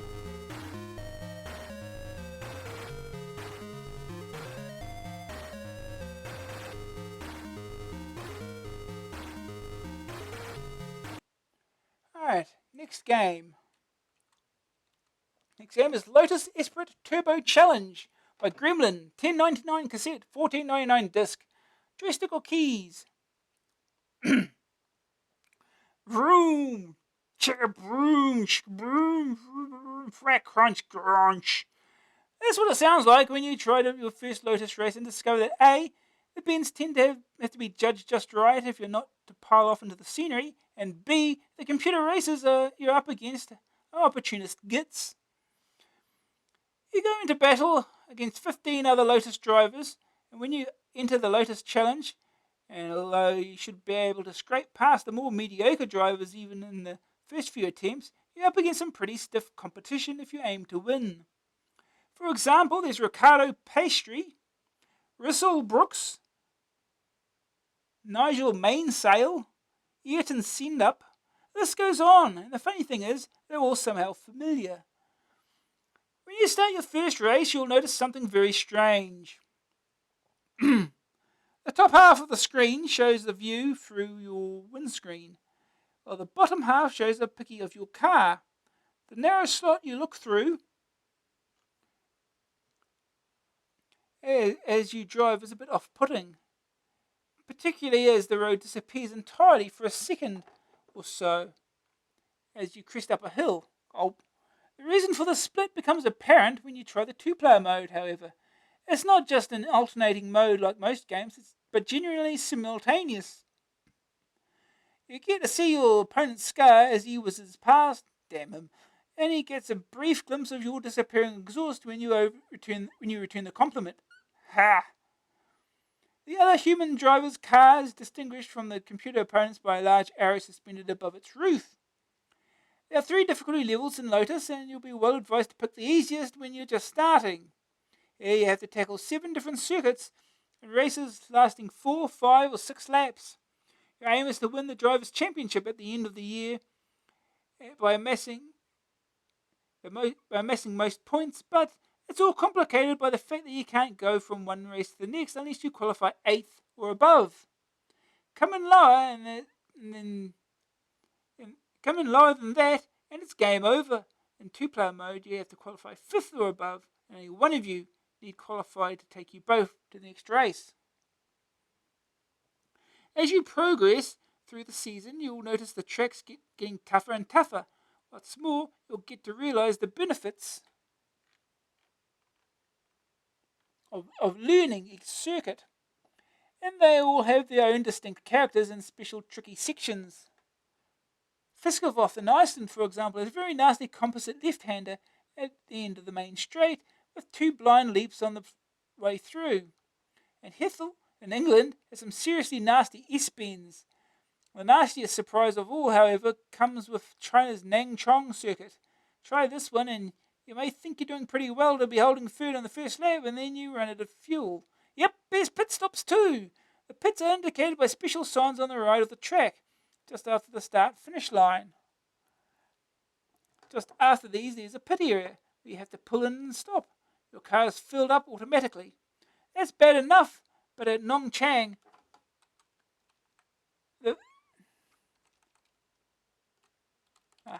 the pits are very near the line, and if you start braking when you see the line, you'll overshoot. Yes, you really do need to learn the circuits. The intermediate level takes place over 10 different circuits. Pit stops for fuel are more common now, and the circuits are generally tougher. Finally, for real hard cases, the hardest level has you battling it out over 15 of the world's nastiest tracks.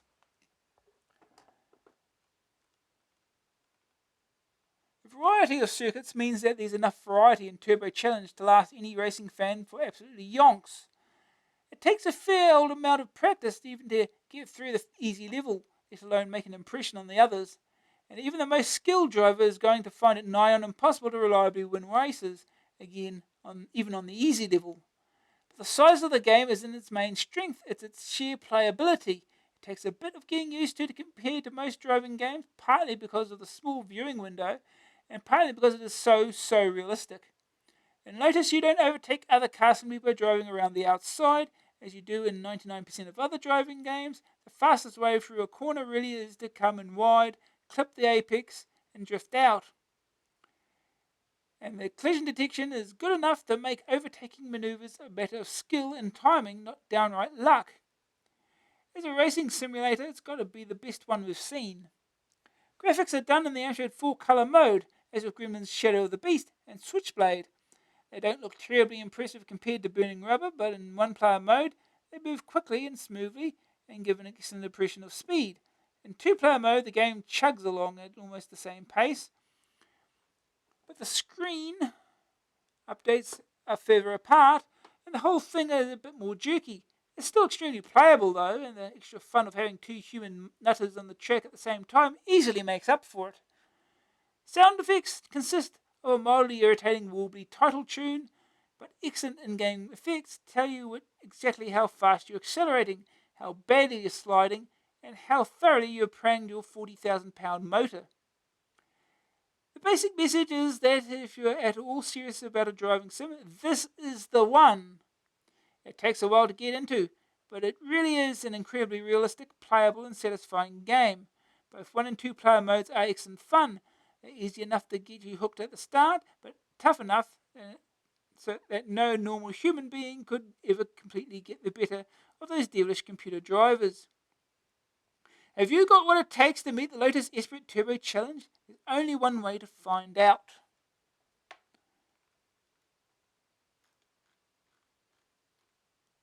The real thing. Rod's the only one in the office who's had a go in a real Lotus Esprit Turbo. We asked him what it was like. Well, it's much like any other car, really. I mean, you're the ground, but that's about all. And the gear stick looks like one out of an Allegro, actually. Now then, the engine makes quite a sporty roar, revving in neutral. Push the clutch down, quite smooth. Sneak it in first and ease through. More from Rod later, when he's out of traction.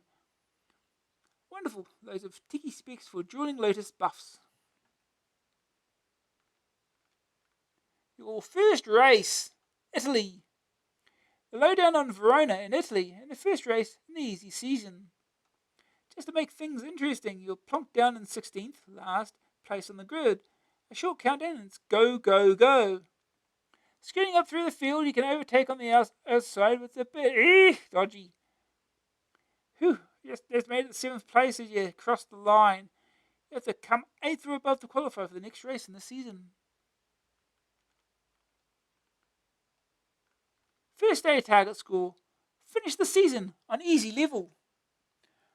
The verdict. Oh, there's a second opinion. Second opinion, the more you play it, the better it gets. You end up appreciating the sheer realism and subtlety that's gone into this game.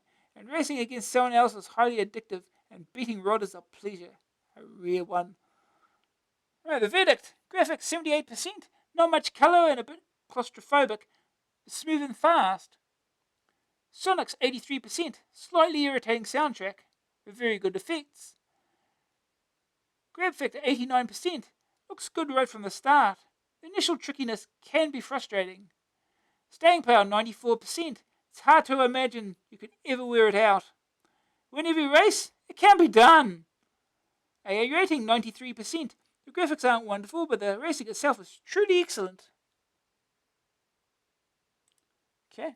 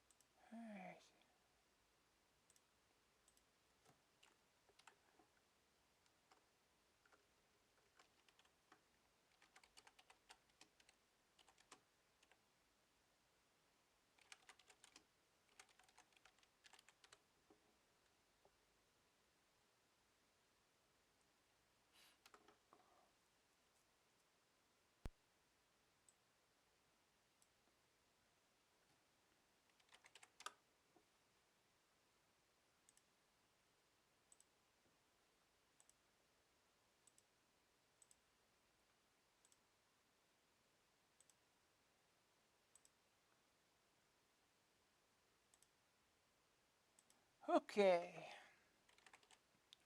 Just that. Alright.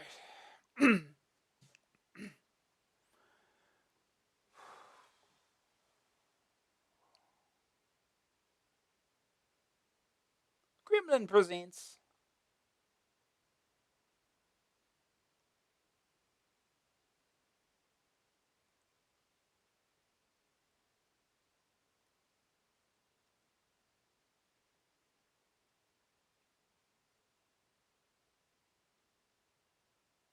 we have to push a key? Lotus Esprit Turbo Challenge. Programmed by Ali Davidson. Graphics by Booney.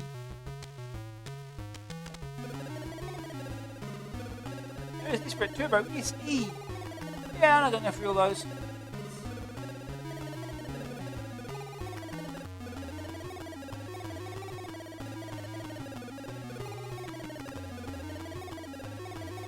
Dimensions and inches.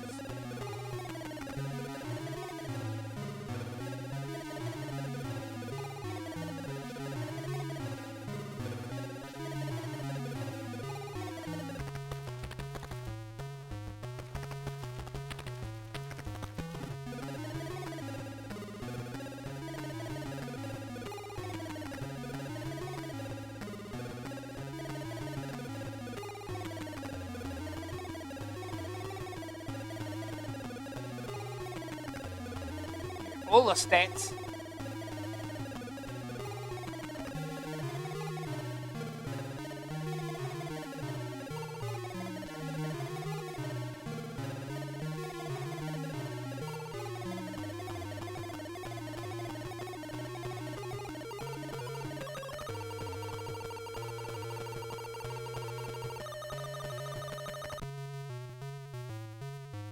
Alright, let's go. Easy, 7 races, medium 10, hard. Okay, stick easy, no players 1. More music!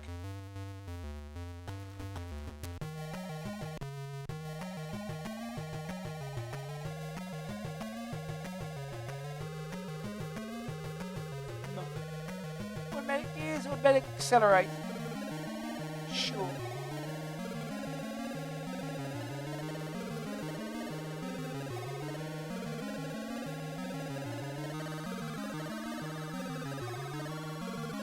Information. Forward and backwards do nothing. No acceleration. Got a brake. Finish 8th or better to qualify for next race.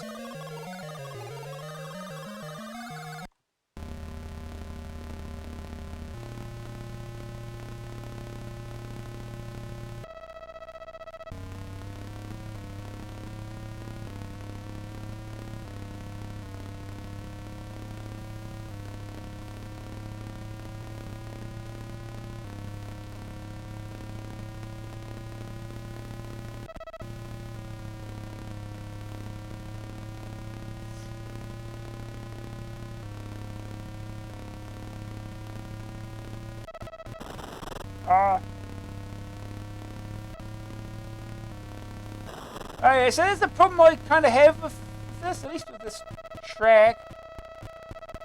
You go up a hill, you can't see where you're going on a corner. You can't see where the corner ends or not.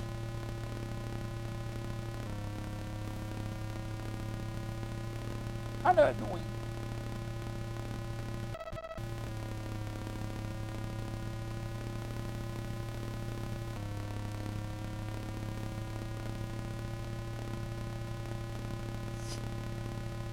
Got a 9th.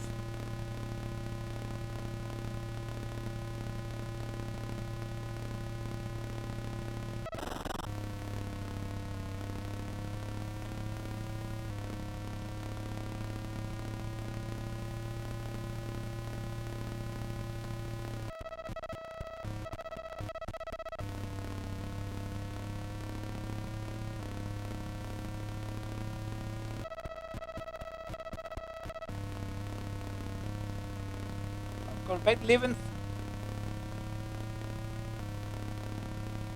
I hate those corners.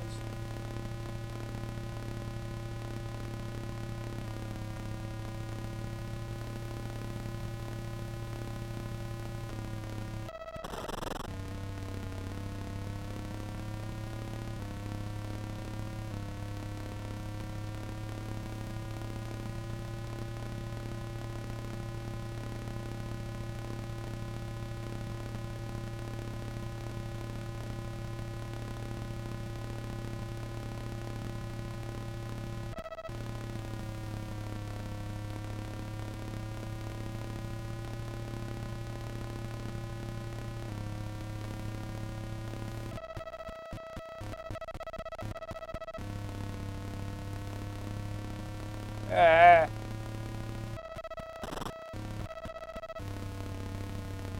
got a 10. Now we're back to levels.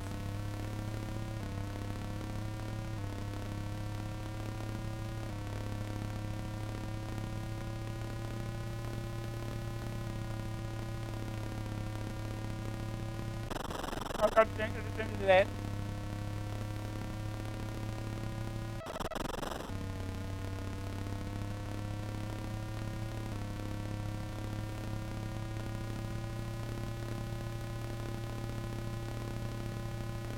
One lap. 10th.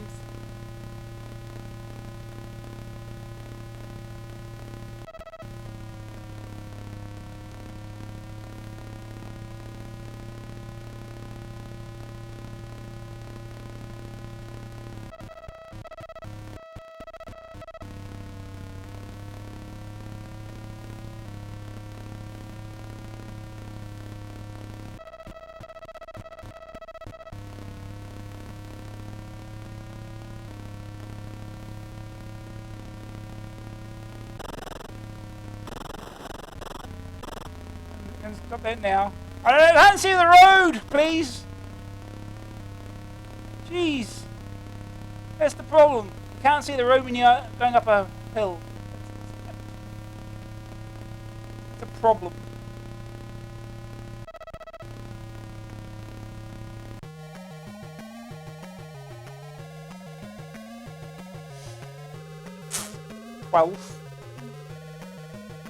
Crashard Banger, James Haunt, T. Harry Bootson, Russell Brooks, Nelson Pickets, Elaine Phosphate, Ricardo Pastry, Mary Walker, Stag Bloomvest. Good names. Game over.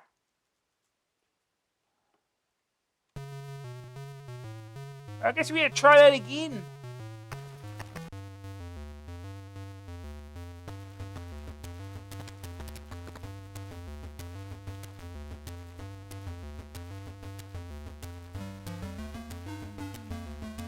It's 8th or better to qualify.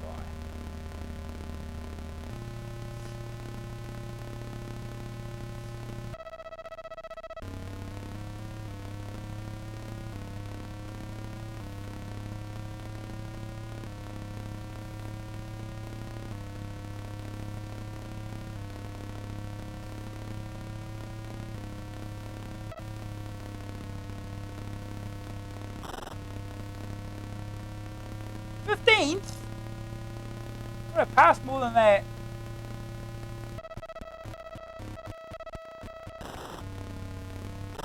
I got to stop.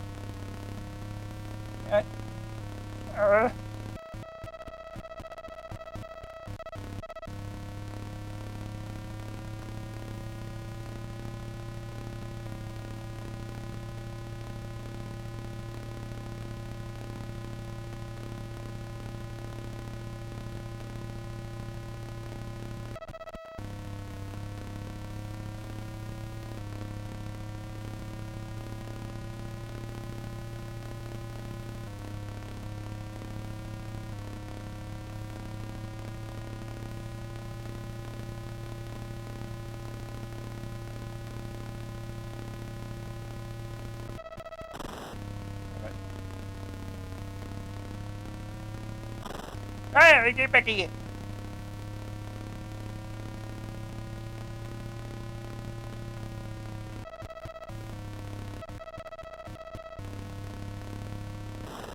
Right, get it. You don't want hills on corners. You can't see where you're going.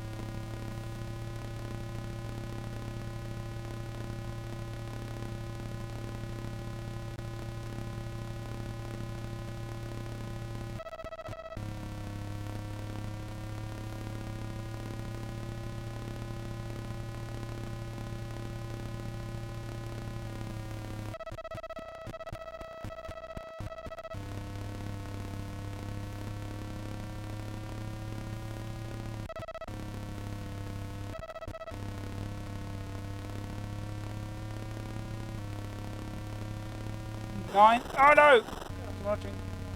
Sing the happy years on the 9th. So I didn't see what passed me.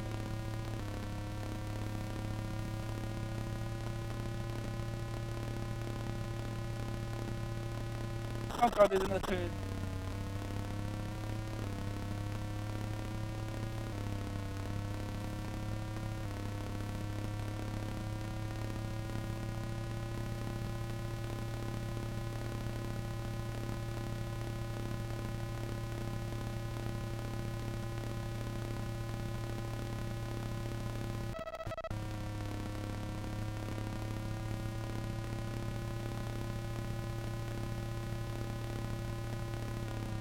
Oh, wrong direction.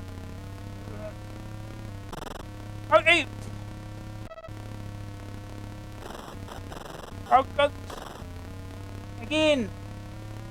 Not being able to see the road when you're on a hill is a terrible idea.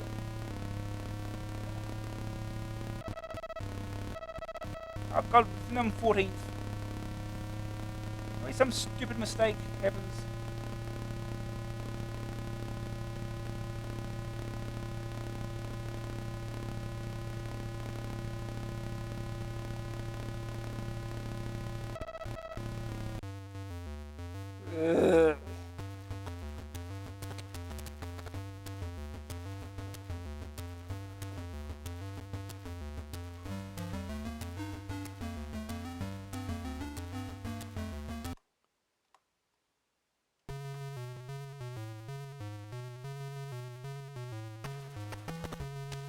How much harder is medium gonna be? It's gonna be awful, isn't it?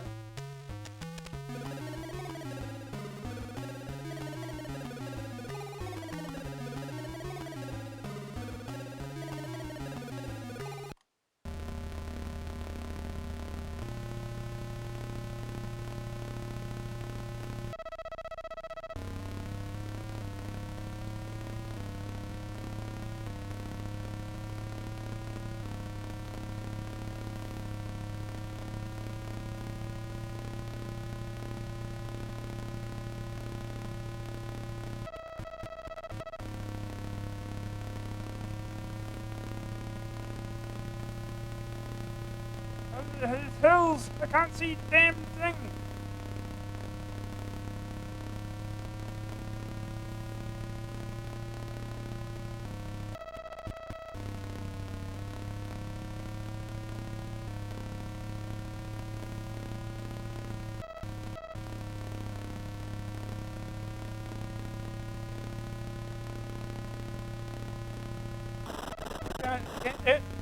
The thing came too far too quick.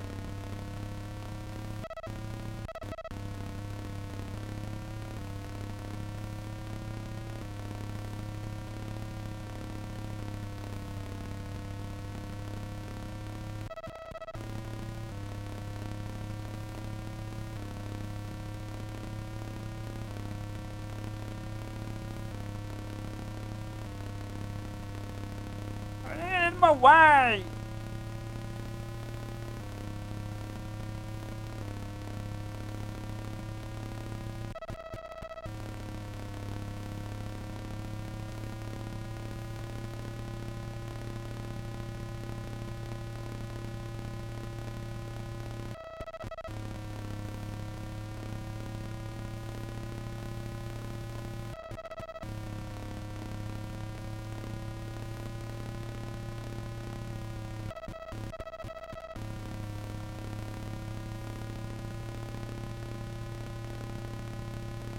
Oh god.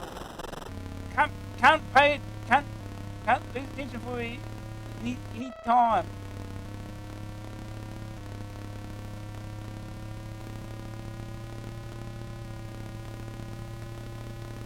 Oh god. Ah, back here.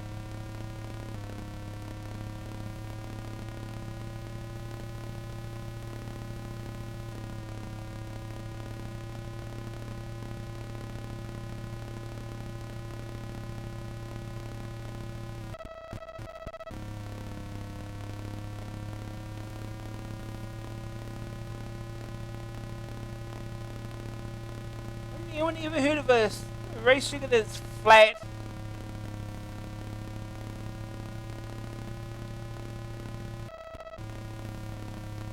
There's so many hills. It's annoying.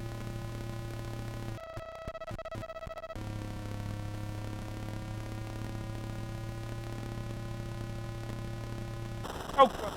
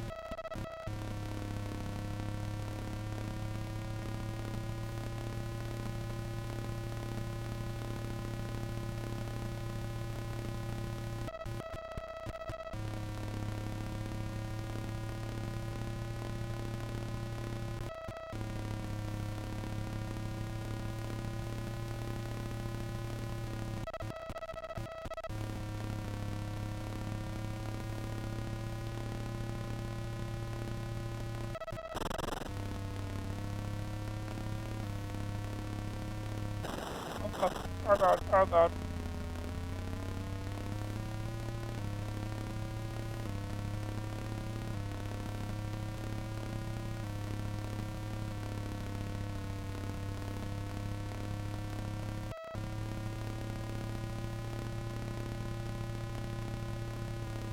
Final lap.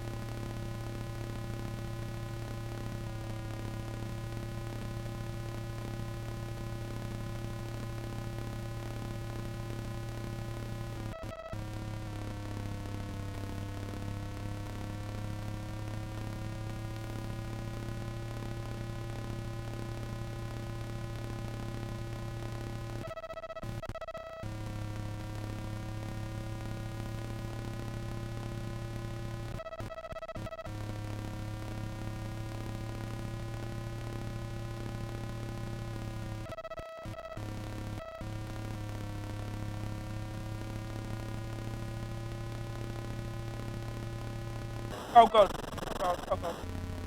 That corner always catches me out.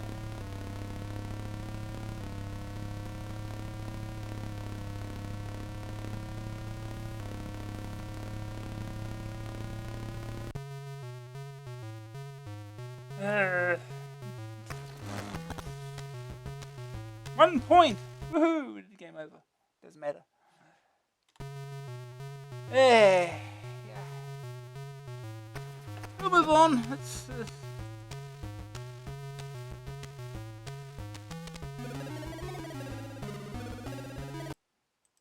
Alright, next game is. This game is Gazza II. Are we get to punch Gazza's lights out? Perhaps? Maybe? I don't know. So Gazza II by Empire in 24.99. Gazza, a legend in his own lunchtime.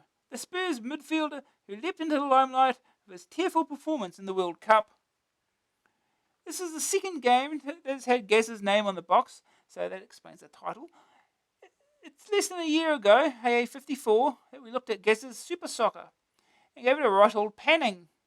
Empire is making the most of Gazza's newfound fame and fortune, and Gazza II will no doubt attract many of the footballer's new fans.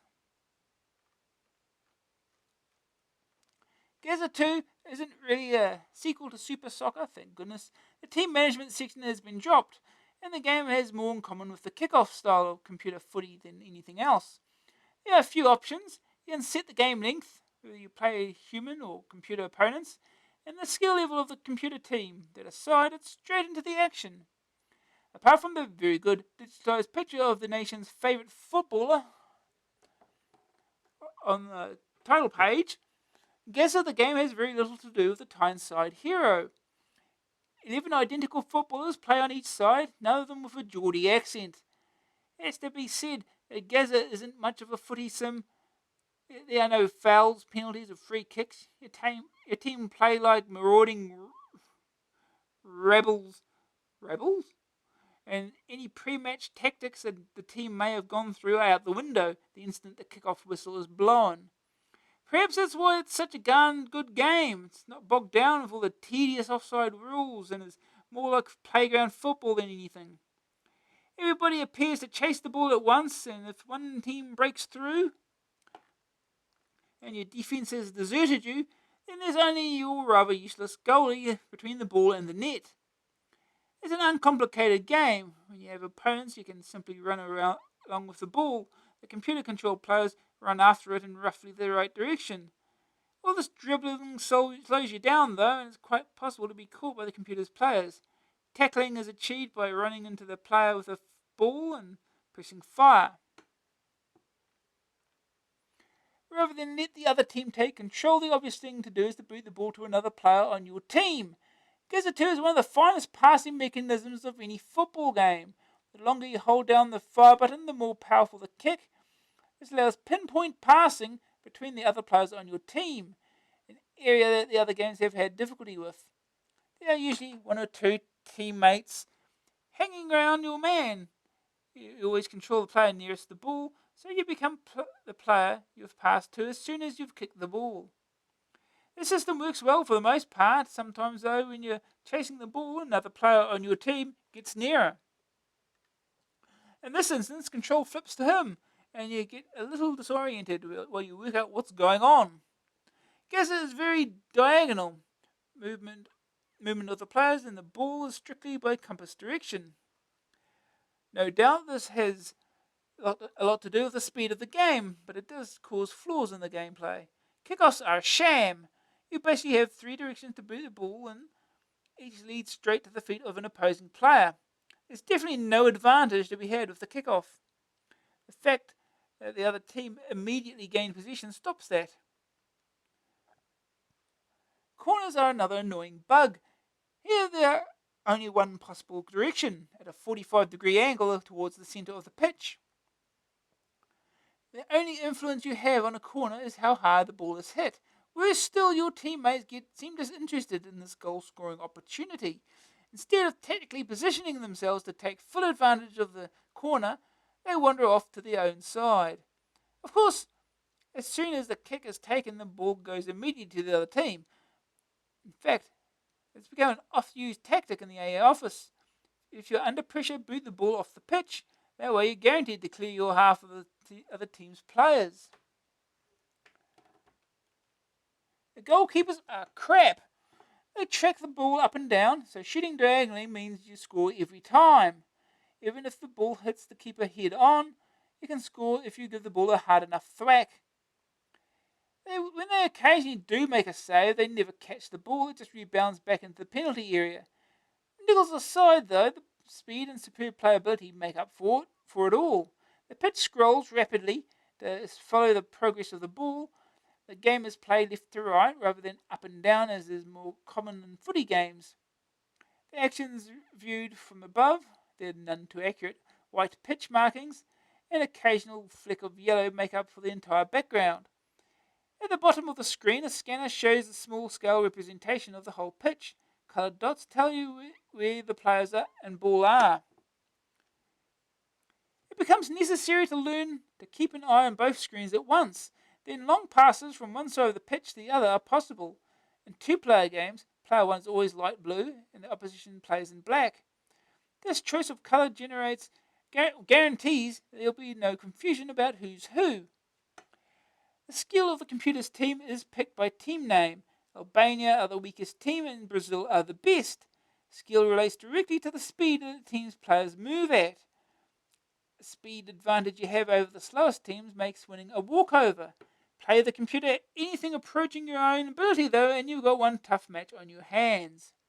Gazza II is the most playable footy game on any computer. It's very, very fast.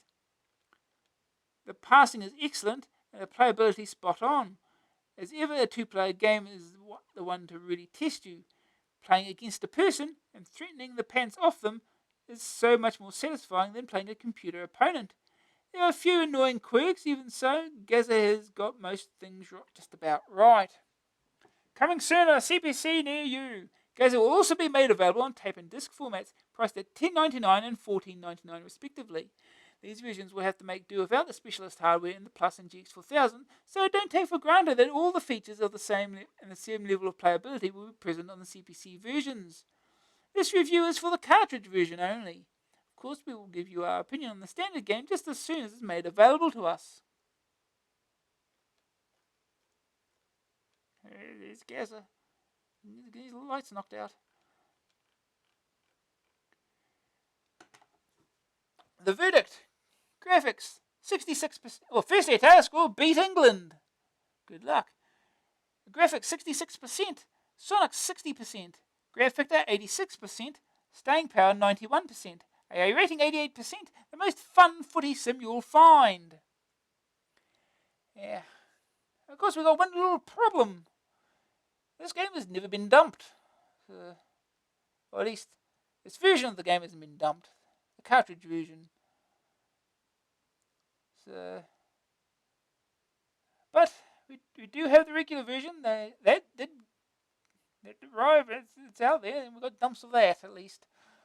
So it's not the cartridge version, but we'll at least have a look at that. I suppose I don't know if they did get around to reviewing the regular version or not, but we'll have a look at it and get an idea of what we're missing.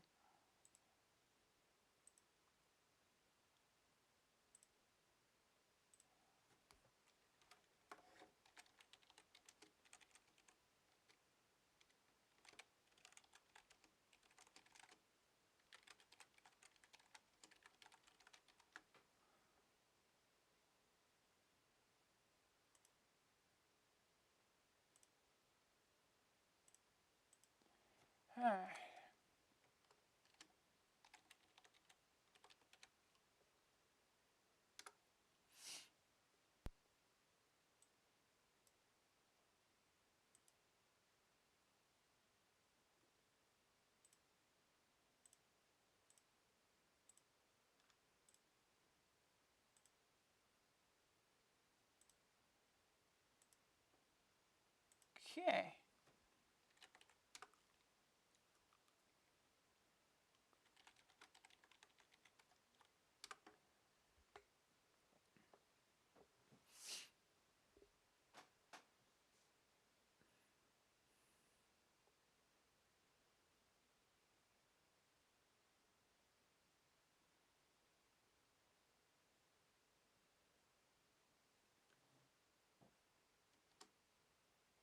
There he is. He's a dude. Take a screenshot of that.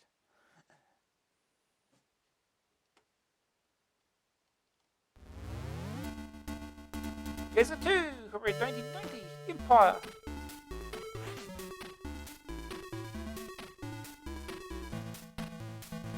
Option.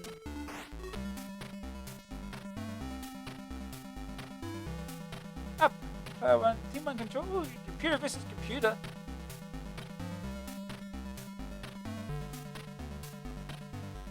Right into the match. 2 minutes, 4 minutes, 6 minutes. We'll go 4 minutes. AZIO and space for reasons. What's the version? Version 2.12.90.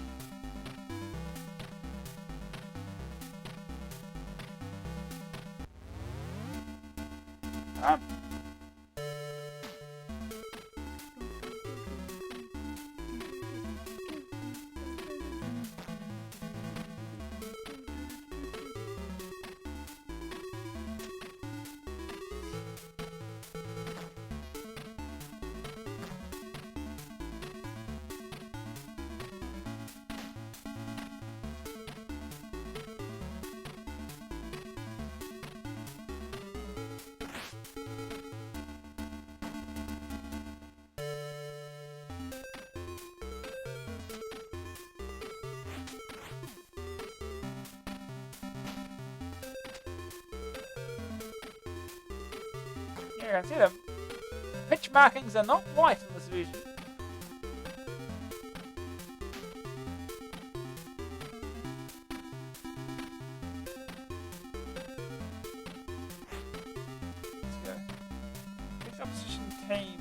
Oh, Brazil the best.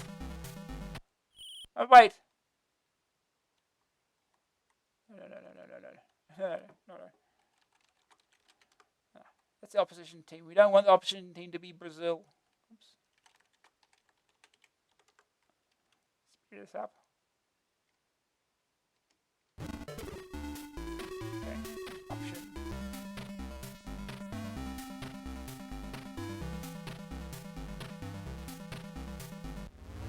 Okay. This is an order, is it?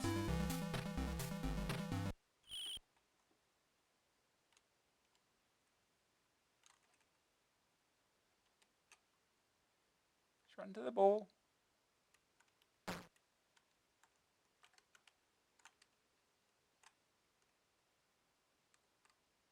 Okay, we got the ball. We got the ball.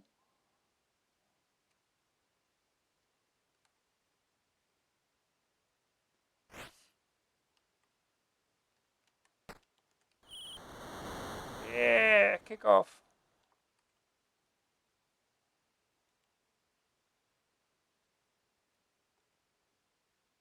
Everyone's got to get back in position. Got to move the ball all the way back to the center. We have to wait for it. I've seen this before. Now walk that ball all the way back.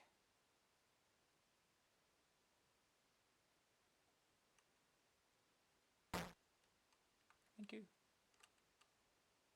Oh, God. Uh-oh.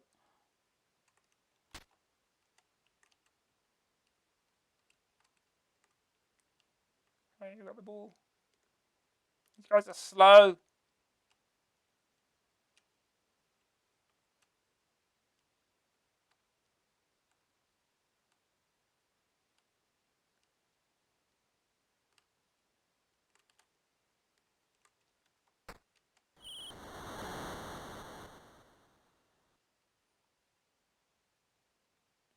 And now we get to wait again as they trundle the ball all the way back to the center. Good throw. That'll be quicker. Or something. You don't have to dribble it the way back in your own damn time.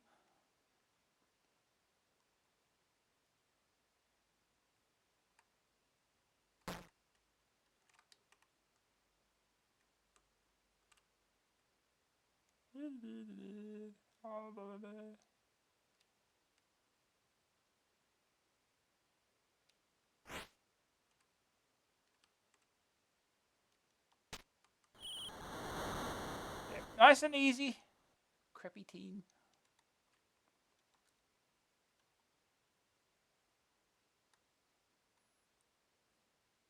And we wait again.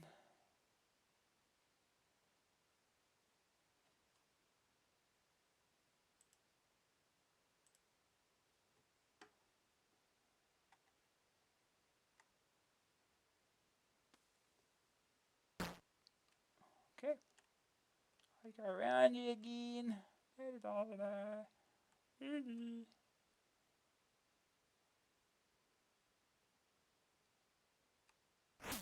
Oh.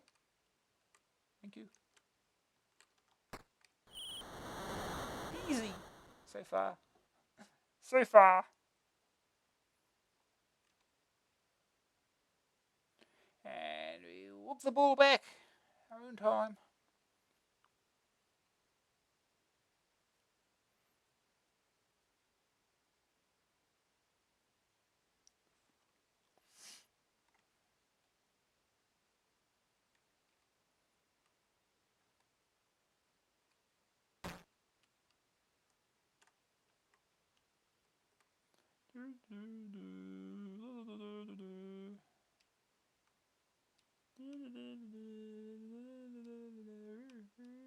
Oh, we tried.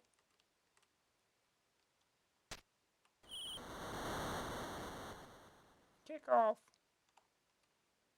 You get on with it. Come on, run faster. Jeez.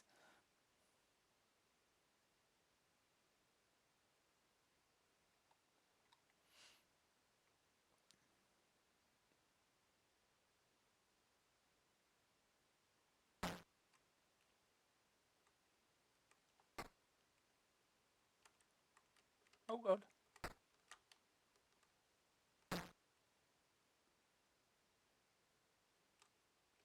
Thank you. Oh, half time.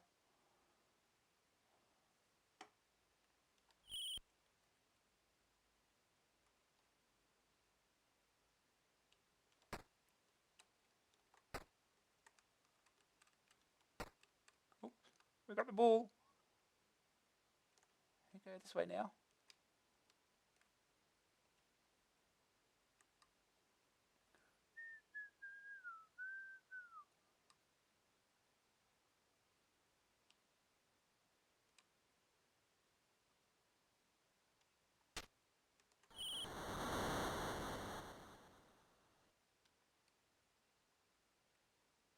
That's 6-0.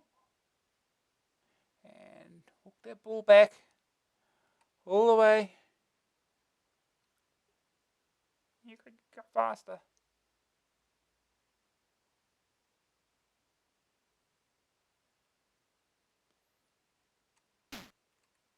Thank you. Oh, oh no, you got it. Oh, thank you.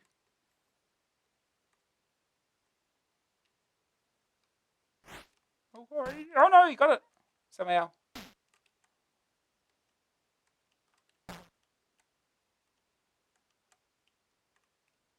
Thank you.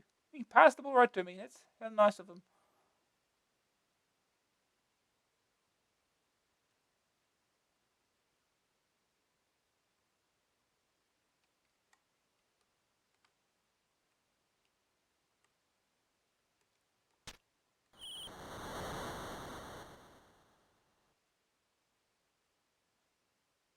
Seven 0. Can we get any more? Oh, you gotta wait again. I'm sure half the match is just this. Walk the ball back.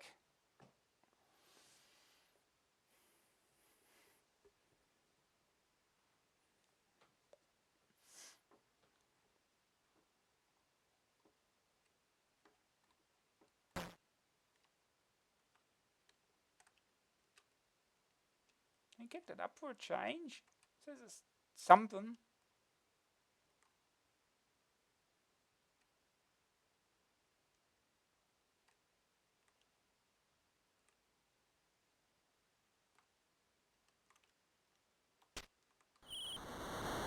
Yeah, no.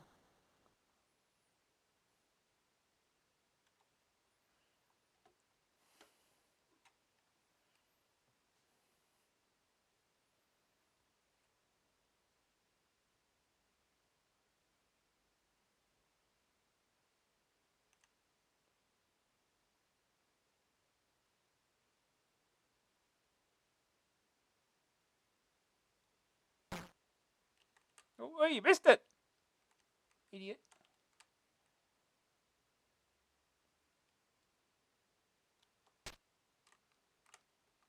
Yeah, passing works pretty well.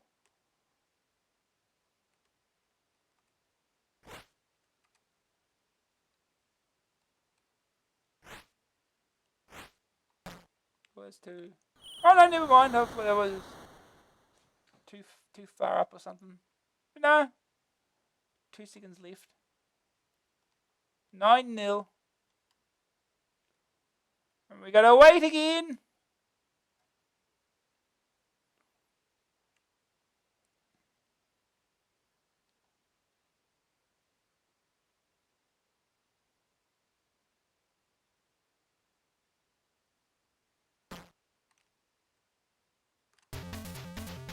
Winners, player 1.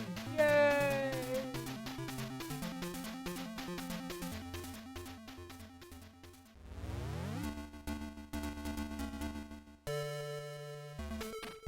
Football.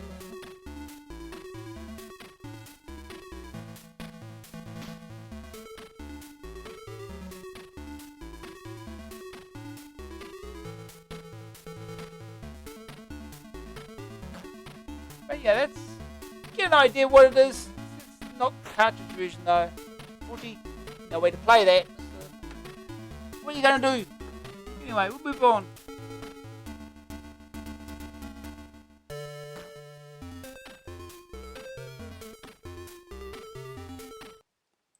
Next game is,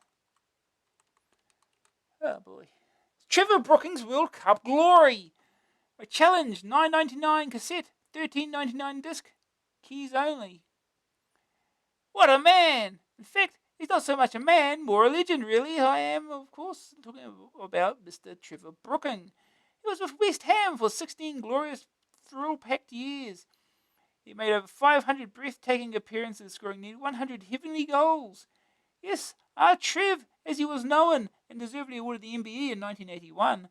And now, 10 years later, he has been awarded a game. World Cup Glory is, must be said, a text-only management sim.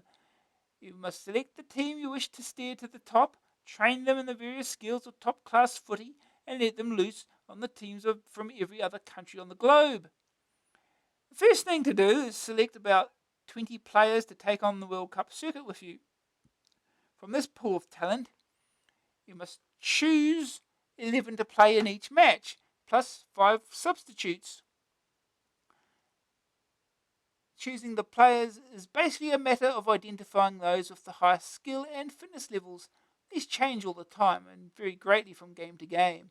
This might mean dropping Lineker, Shilton, and even the mighty Gazza from your team, but you must be firm. Then you must place your men in position. A diagram of the possible pitch positions is displayed, and you have to slot your choices into place. Things are made easy for you so you don't end up with Gary Lineker in goal or Terry Butcher as a striker.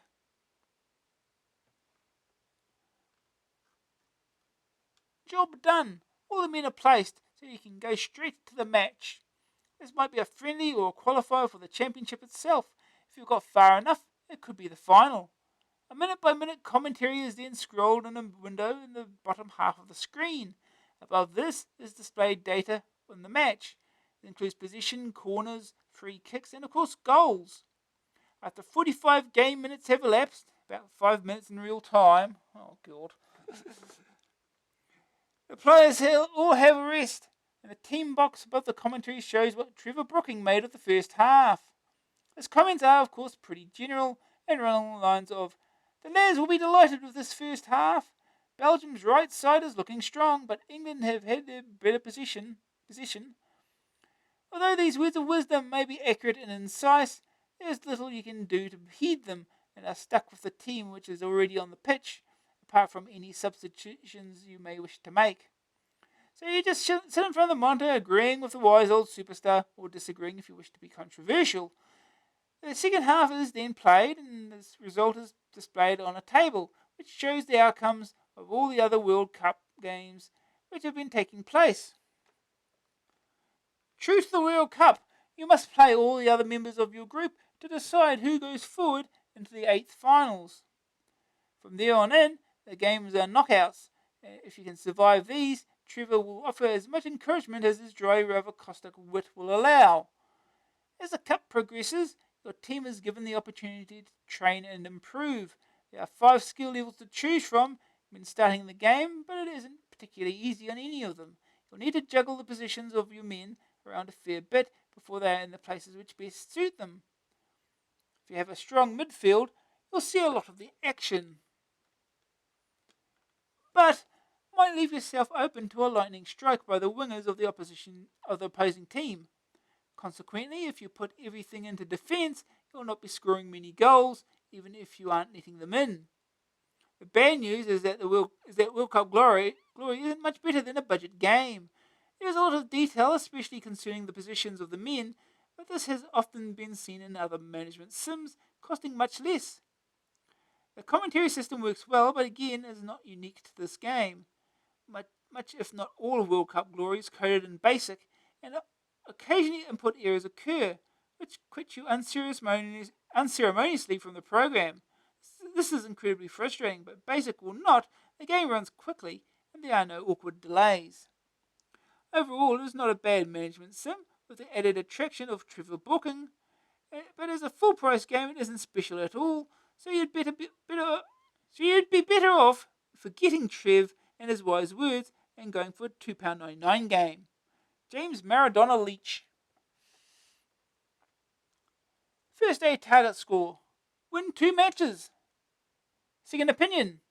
Text-based football has never been particularly exciting, and at 10 quid on cassette, 14 quid on disc, it'd be better off shelling out 3 quid on a budget sim and spending the rest on beer and chips. The verdict. Graphics. 0%. Apart from coloured boxes, there aren't any. Sonics 0%. No sound. Grab factor 42%. Setting up the squad is fiddly. You can't just get straight into the game. Staying power 39%. It's fine as far as it goes, but it doesn't have anything to lift it above many others a third of the price. AA rating 40%. A nice box and Trevor Brooking's beaming face aren't enough to justify the relatively high price. Huh?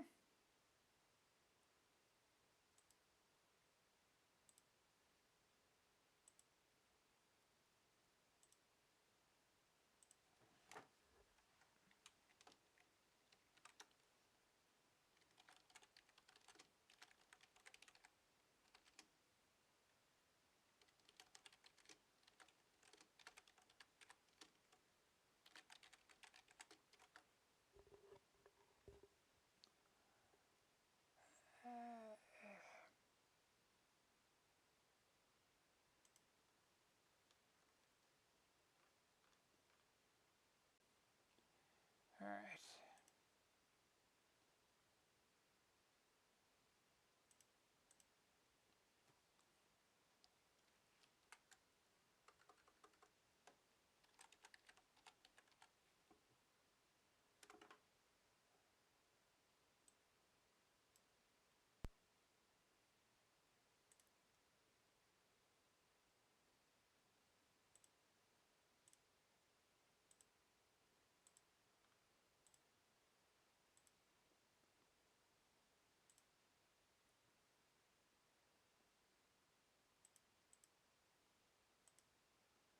Okay.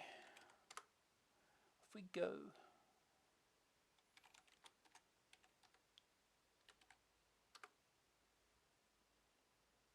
Press enter to continue. Not that enter, apparently.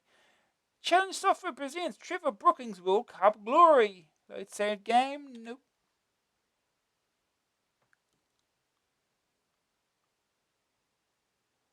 Enter skill level 1 to 5. We'll go for 1. We assume that's the easiest. And then enter his name. No.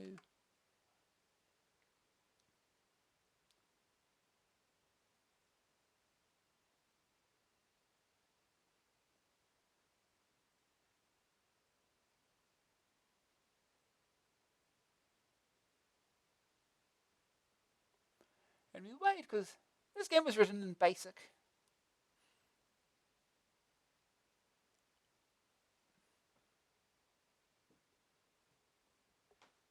Game initializing. Well, now it tells us.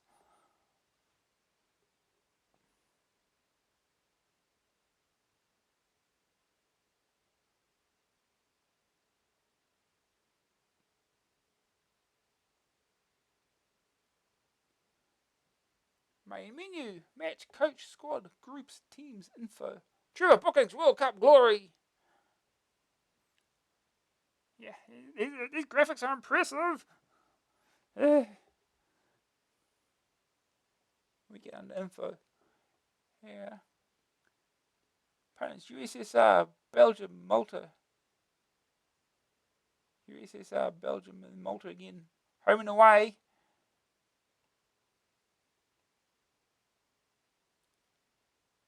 Team is England.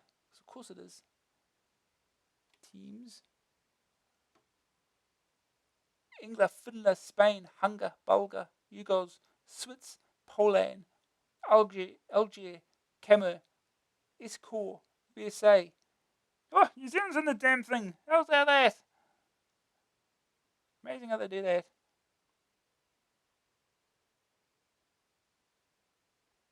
We've got to select.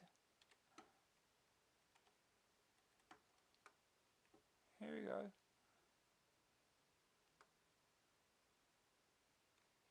Change play or return. Oh, we're not changing nothing? Oh, okay. Yeah. Restart that then. Speed it up this time. Continue. No.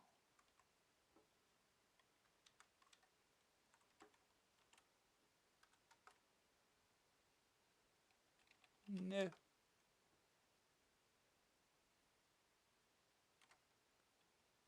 Try to properly speed it up again. Okay. Game initializing.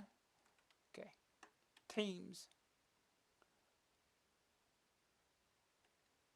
Select. 49. Play. Oh. We're just playing the away match. Okay.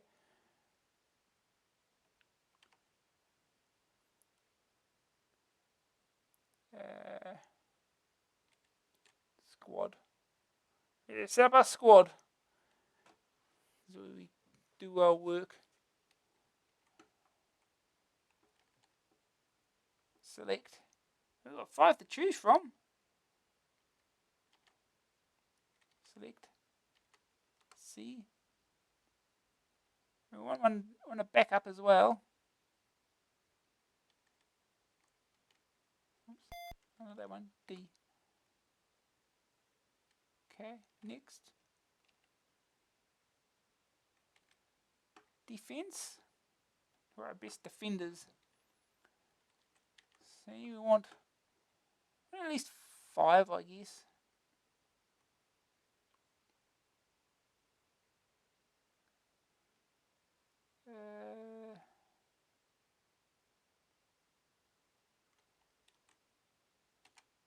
You.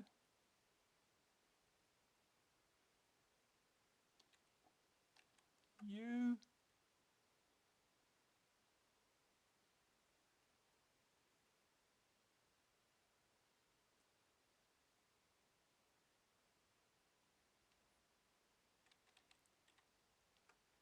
You.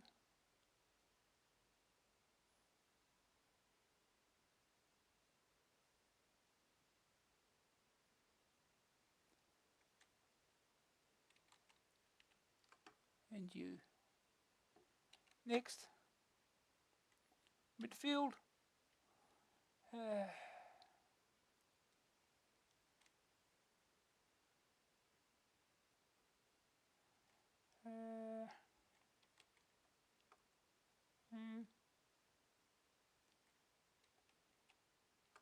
You.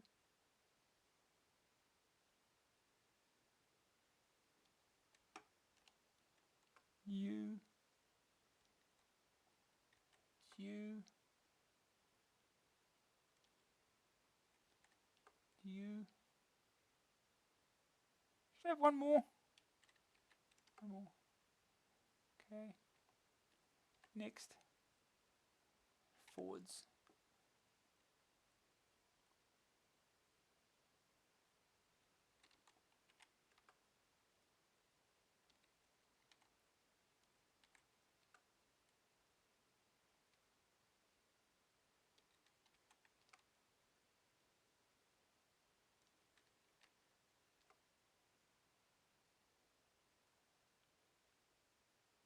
One more.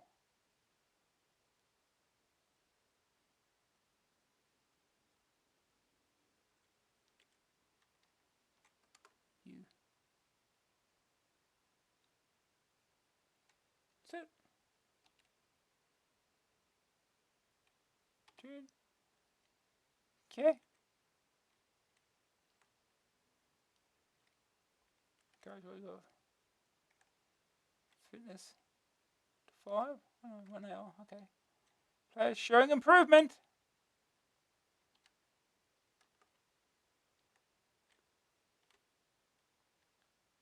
Players showing improvement. There you go. List them. There you go.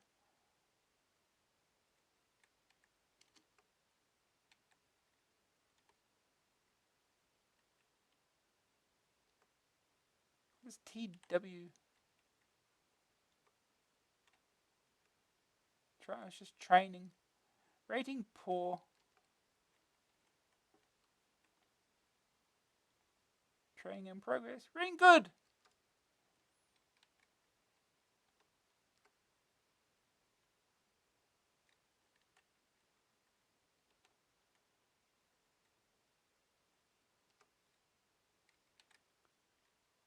These last 2 hours on that. Alright, back to the menu. Match. Way match. Strength, good. Oh, we now got to position them.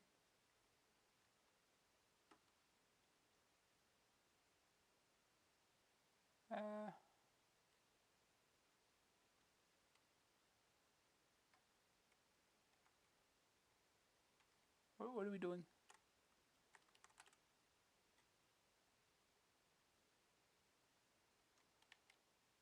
Player number 1, position A.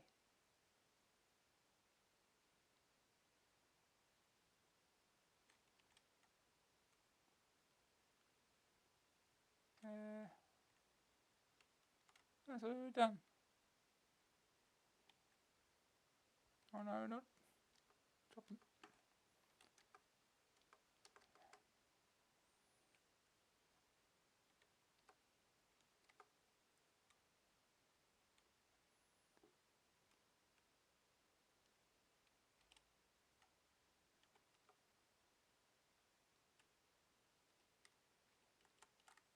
So what do we do next?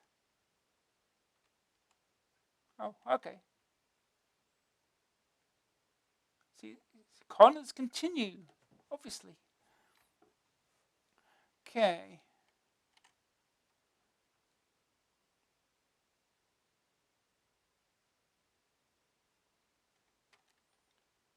Three, B.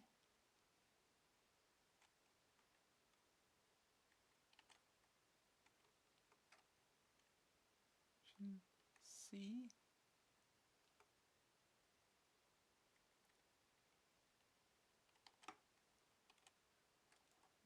5. Position E. Matters. And 7. D.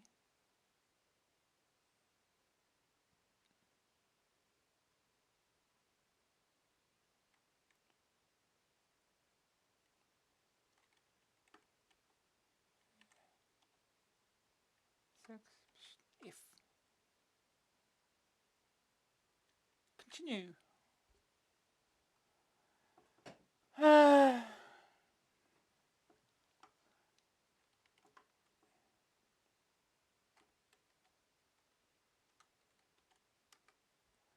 Position position K.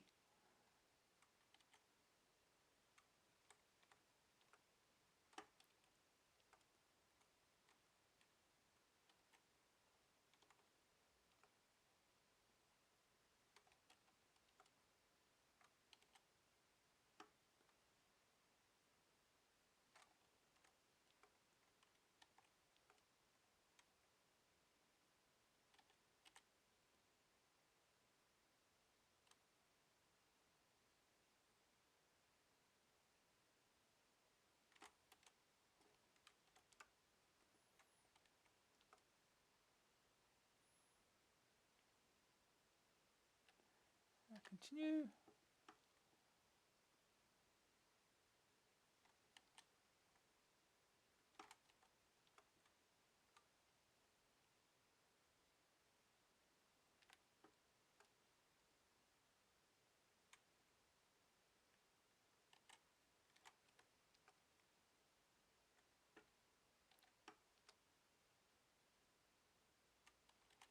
Name 15. Not what I did.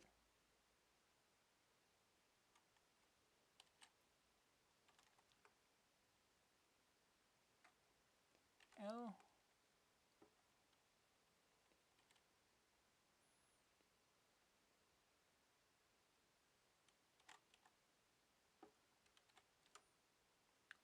O.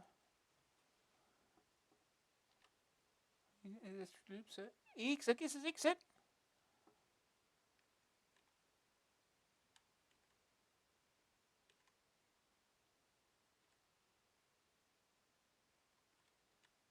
Exit.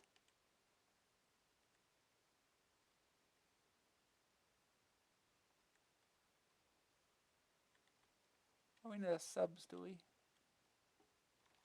13.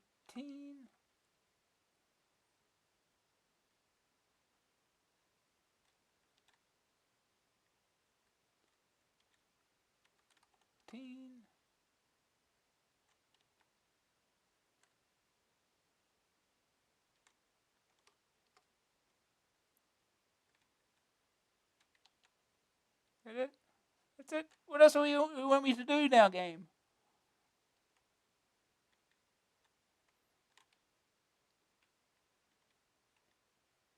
Alright, everything's set up. Can I exit now? Okay, not letting me exit.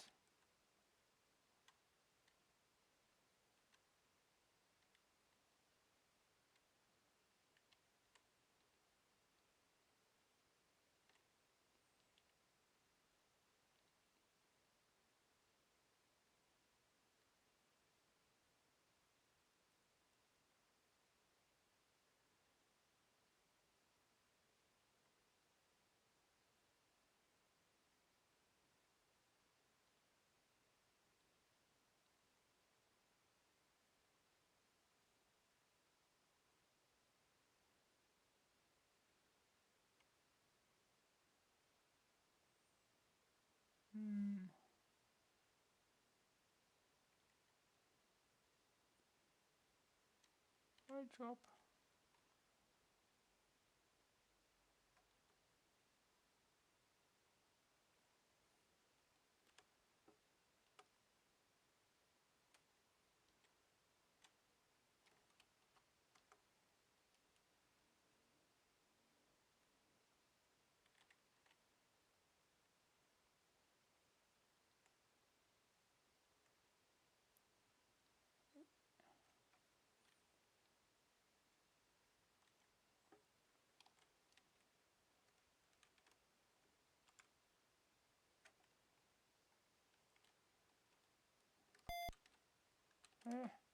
No, you've got to drop them first in, huh?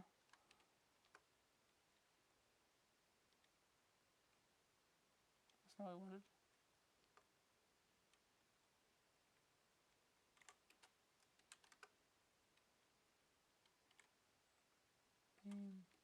9, and H.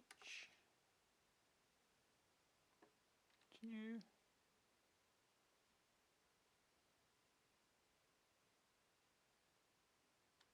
Can we exit now? No?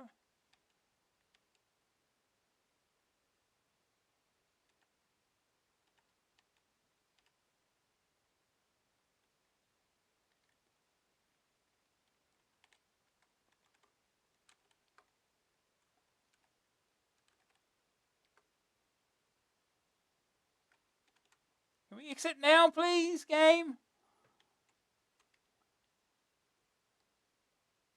Continue. Continue does nothing. Let's go to the next thing. Exit. So it's 15 on the team is a bit much, isn't it?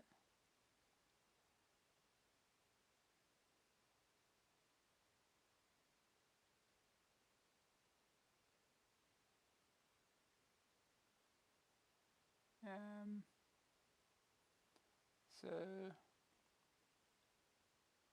what was our formation anyway? Was it 5-4? 5-4-1? 5-4-2? I forget. If we drop 14.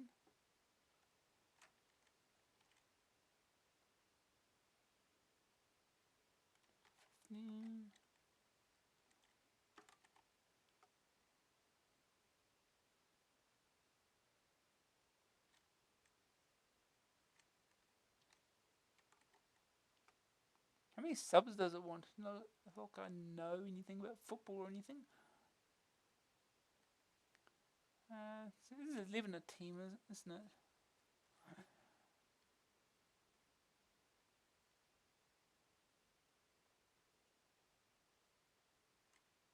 Is that it? Exit?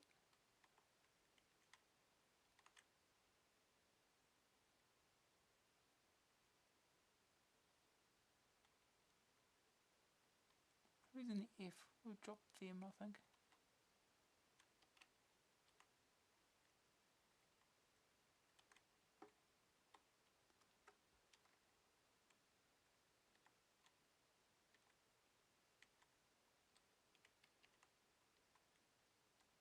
Now what? How many subs do you want?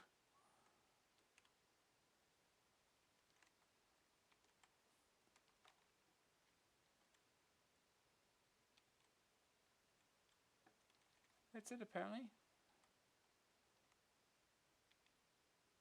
Exit. Oh, we did it. Okay. Finally figured it out. Press enter. Taking left side, corner. See how realistic this is. Get a realistic result. Push up center. Push up right flank. Attacking.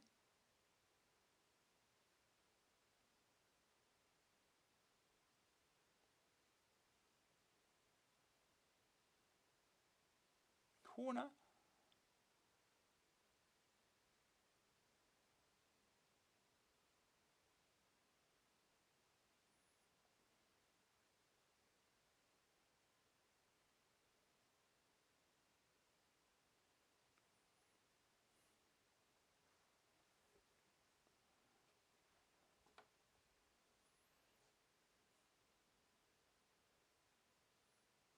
Free kick. Penalty. Press return. Uh-oh. Oh, no.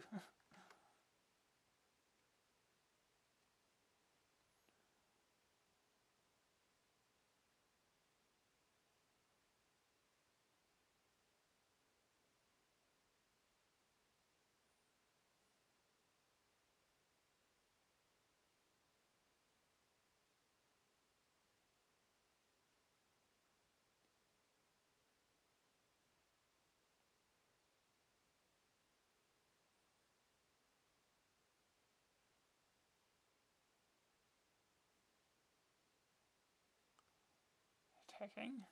Oh, shoot. Oh. Apparently free kicks do not count as shots on goal. Okay.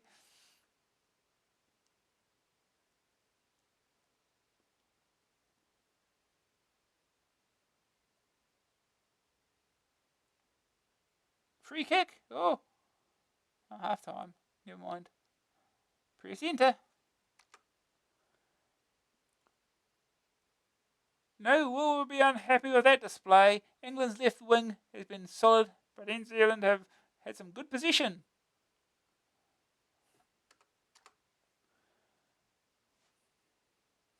Press enter. Here we go again. Second half.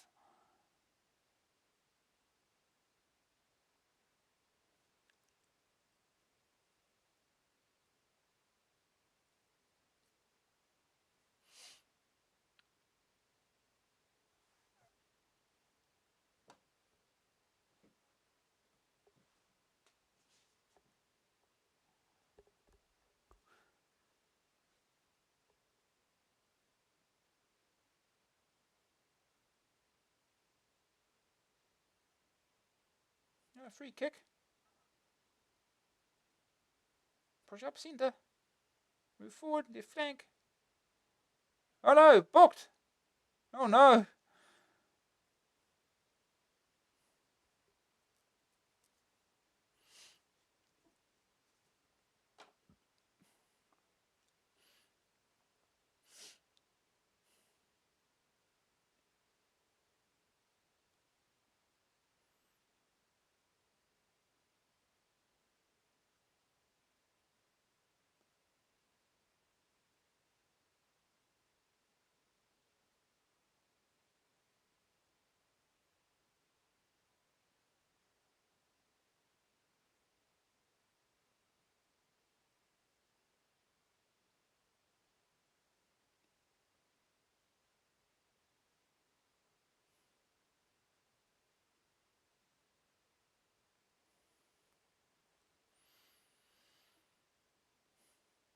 England, shoot. No.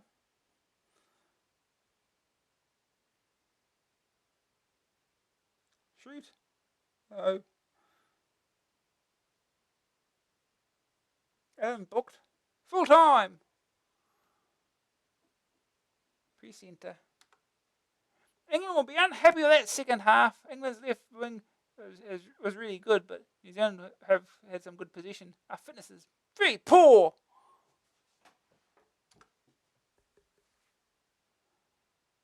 Okay. We'll do one more match, I suppose. Squad remains the same, right?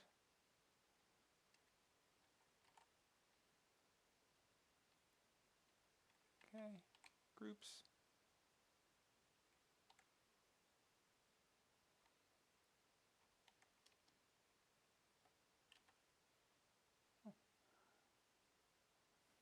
Here are World Cup matches. Menu. Coach. Yeah, we're on fitness apparently. Yeah, here you go. Get your fitness up. Oh, look at it all. 5 hours. Player showing improvement.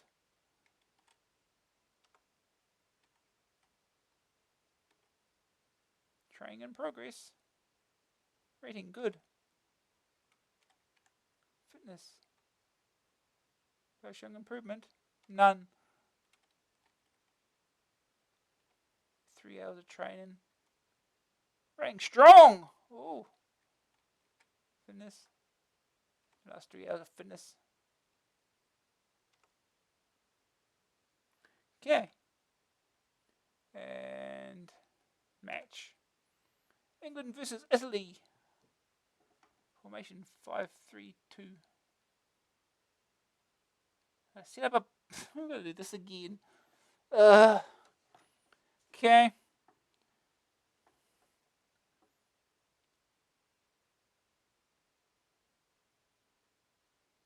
So yeah. One. Position A. Okay, got a choice. Is there any other position for your goalkeeper? Okay.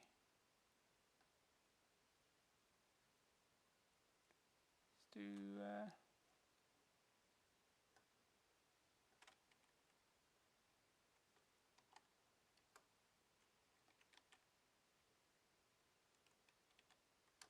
do B.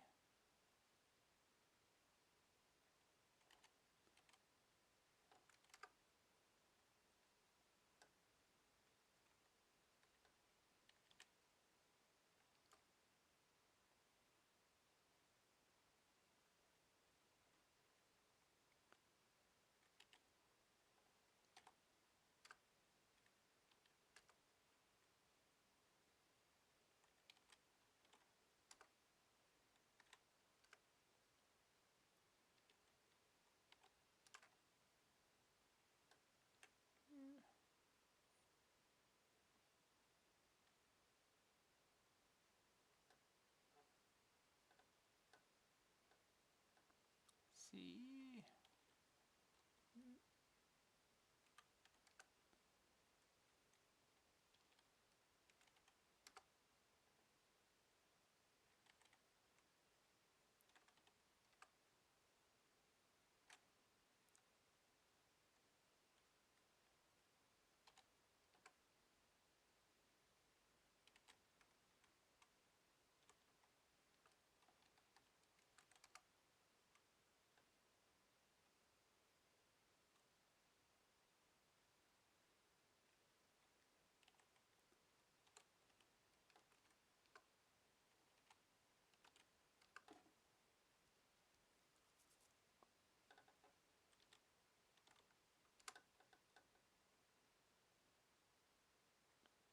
Okay.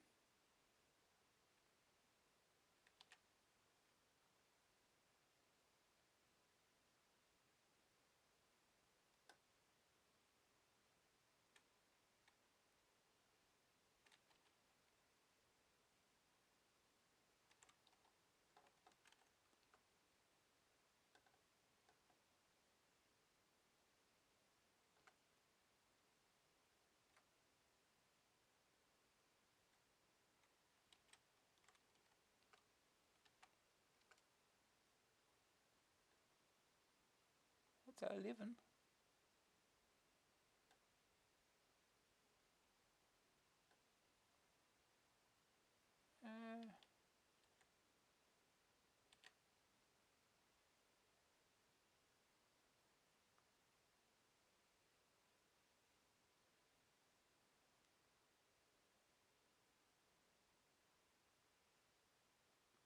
Maybe.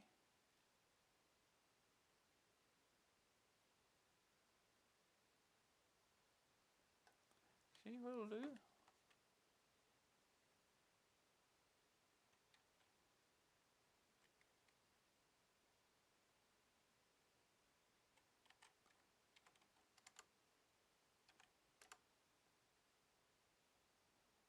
And drop.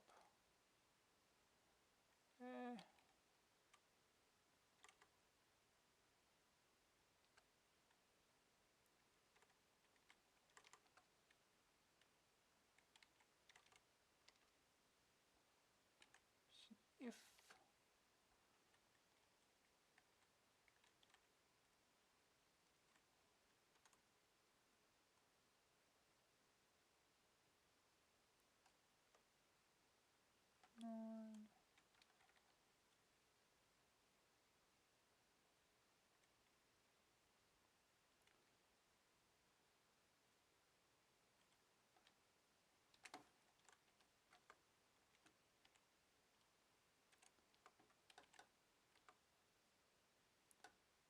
okay, so 11. That'll do.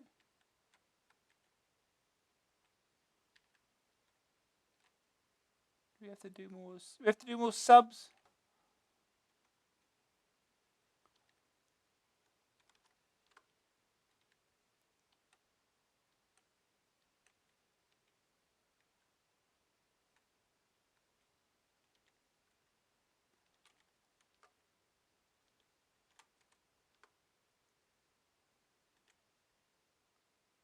That's it. Okay. Press enter. Italy. Yeah,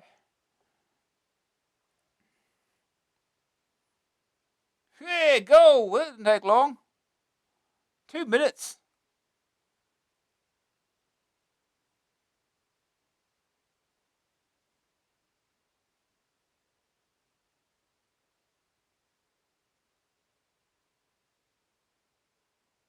Italy attacking. England move forward. Left side. Italy push up middle. Italy attacking centre. England move forward. England shoot. Oh. England attacking.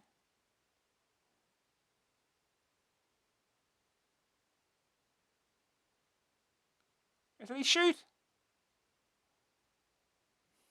Miss apparently. Italy move forward, middle. Italy push up centre.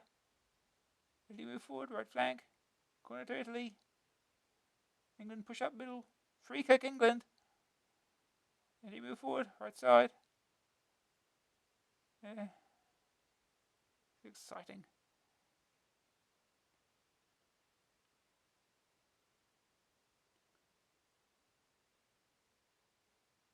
That's 32 minutes in.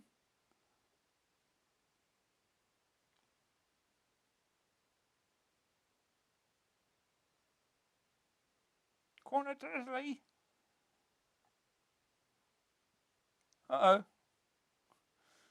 Another booking. Free kick Italy.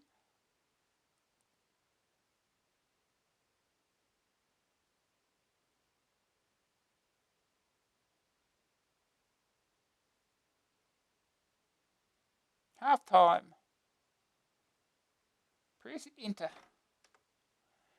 The lads will be very happy with their first half. Italy's right wing has been superb, and Italy have had some good position.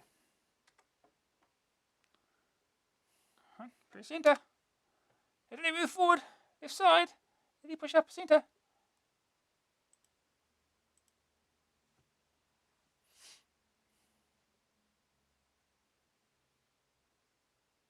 Free kick Italy. England push up left flank. Italy move forward, middle. Italy attacking, middle. Italy push up, middle. Italy had a lot of position here.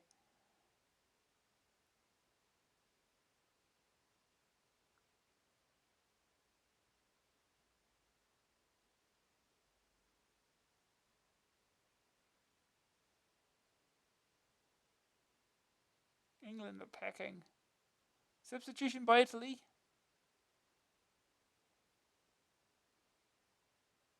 How do we make substitution? Can we do that? Oh, yeah, we can.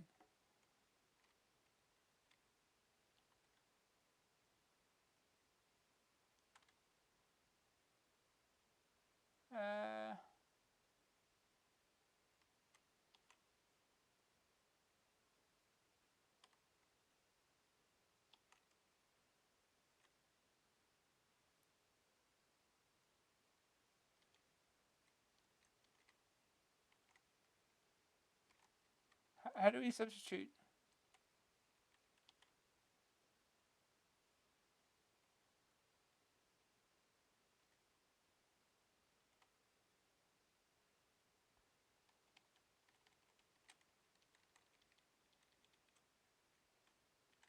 Oh, we play the drop. Team.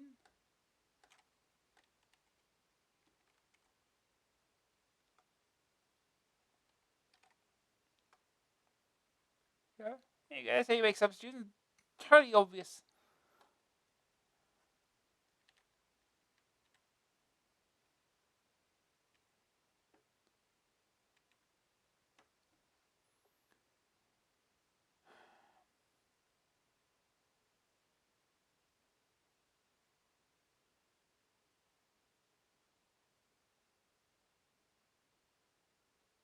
Free kick England. Corner to Italy. Italy move forward. Italy attacking. Corner to Italy.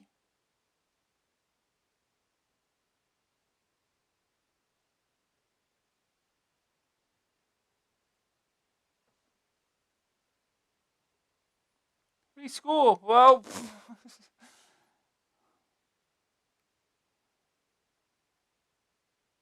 England attacking. Italy attacking. Italy shoot. Oh. Well, that went well, didn't it now? Free kick Italy. Free kick Italy.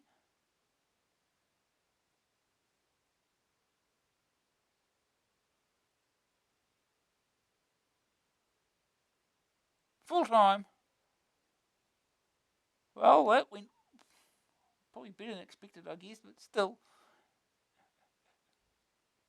We led for most of the match. Never been satisfied with that second half. How? England's right side looked poor, and Italy have had some good position. Our teamwork was great. I don't know what he was watching. Your full results.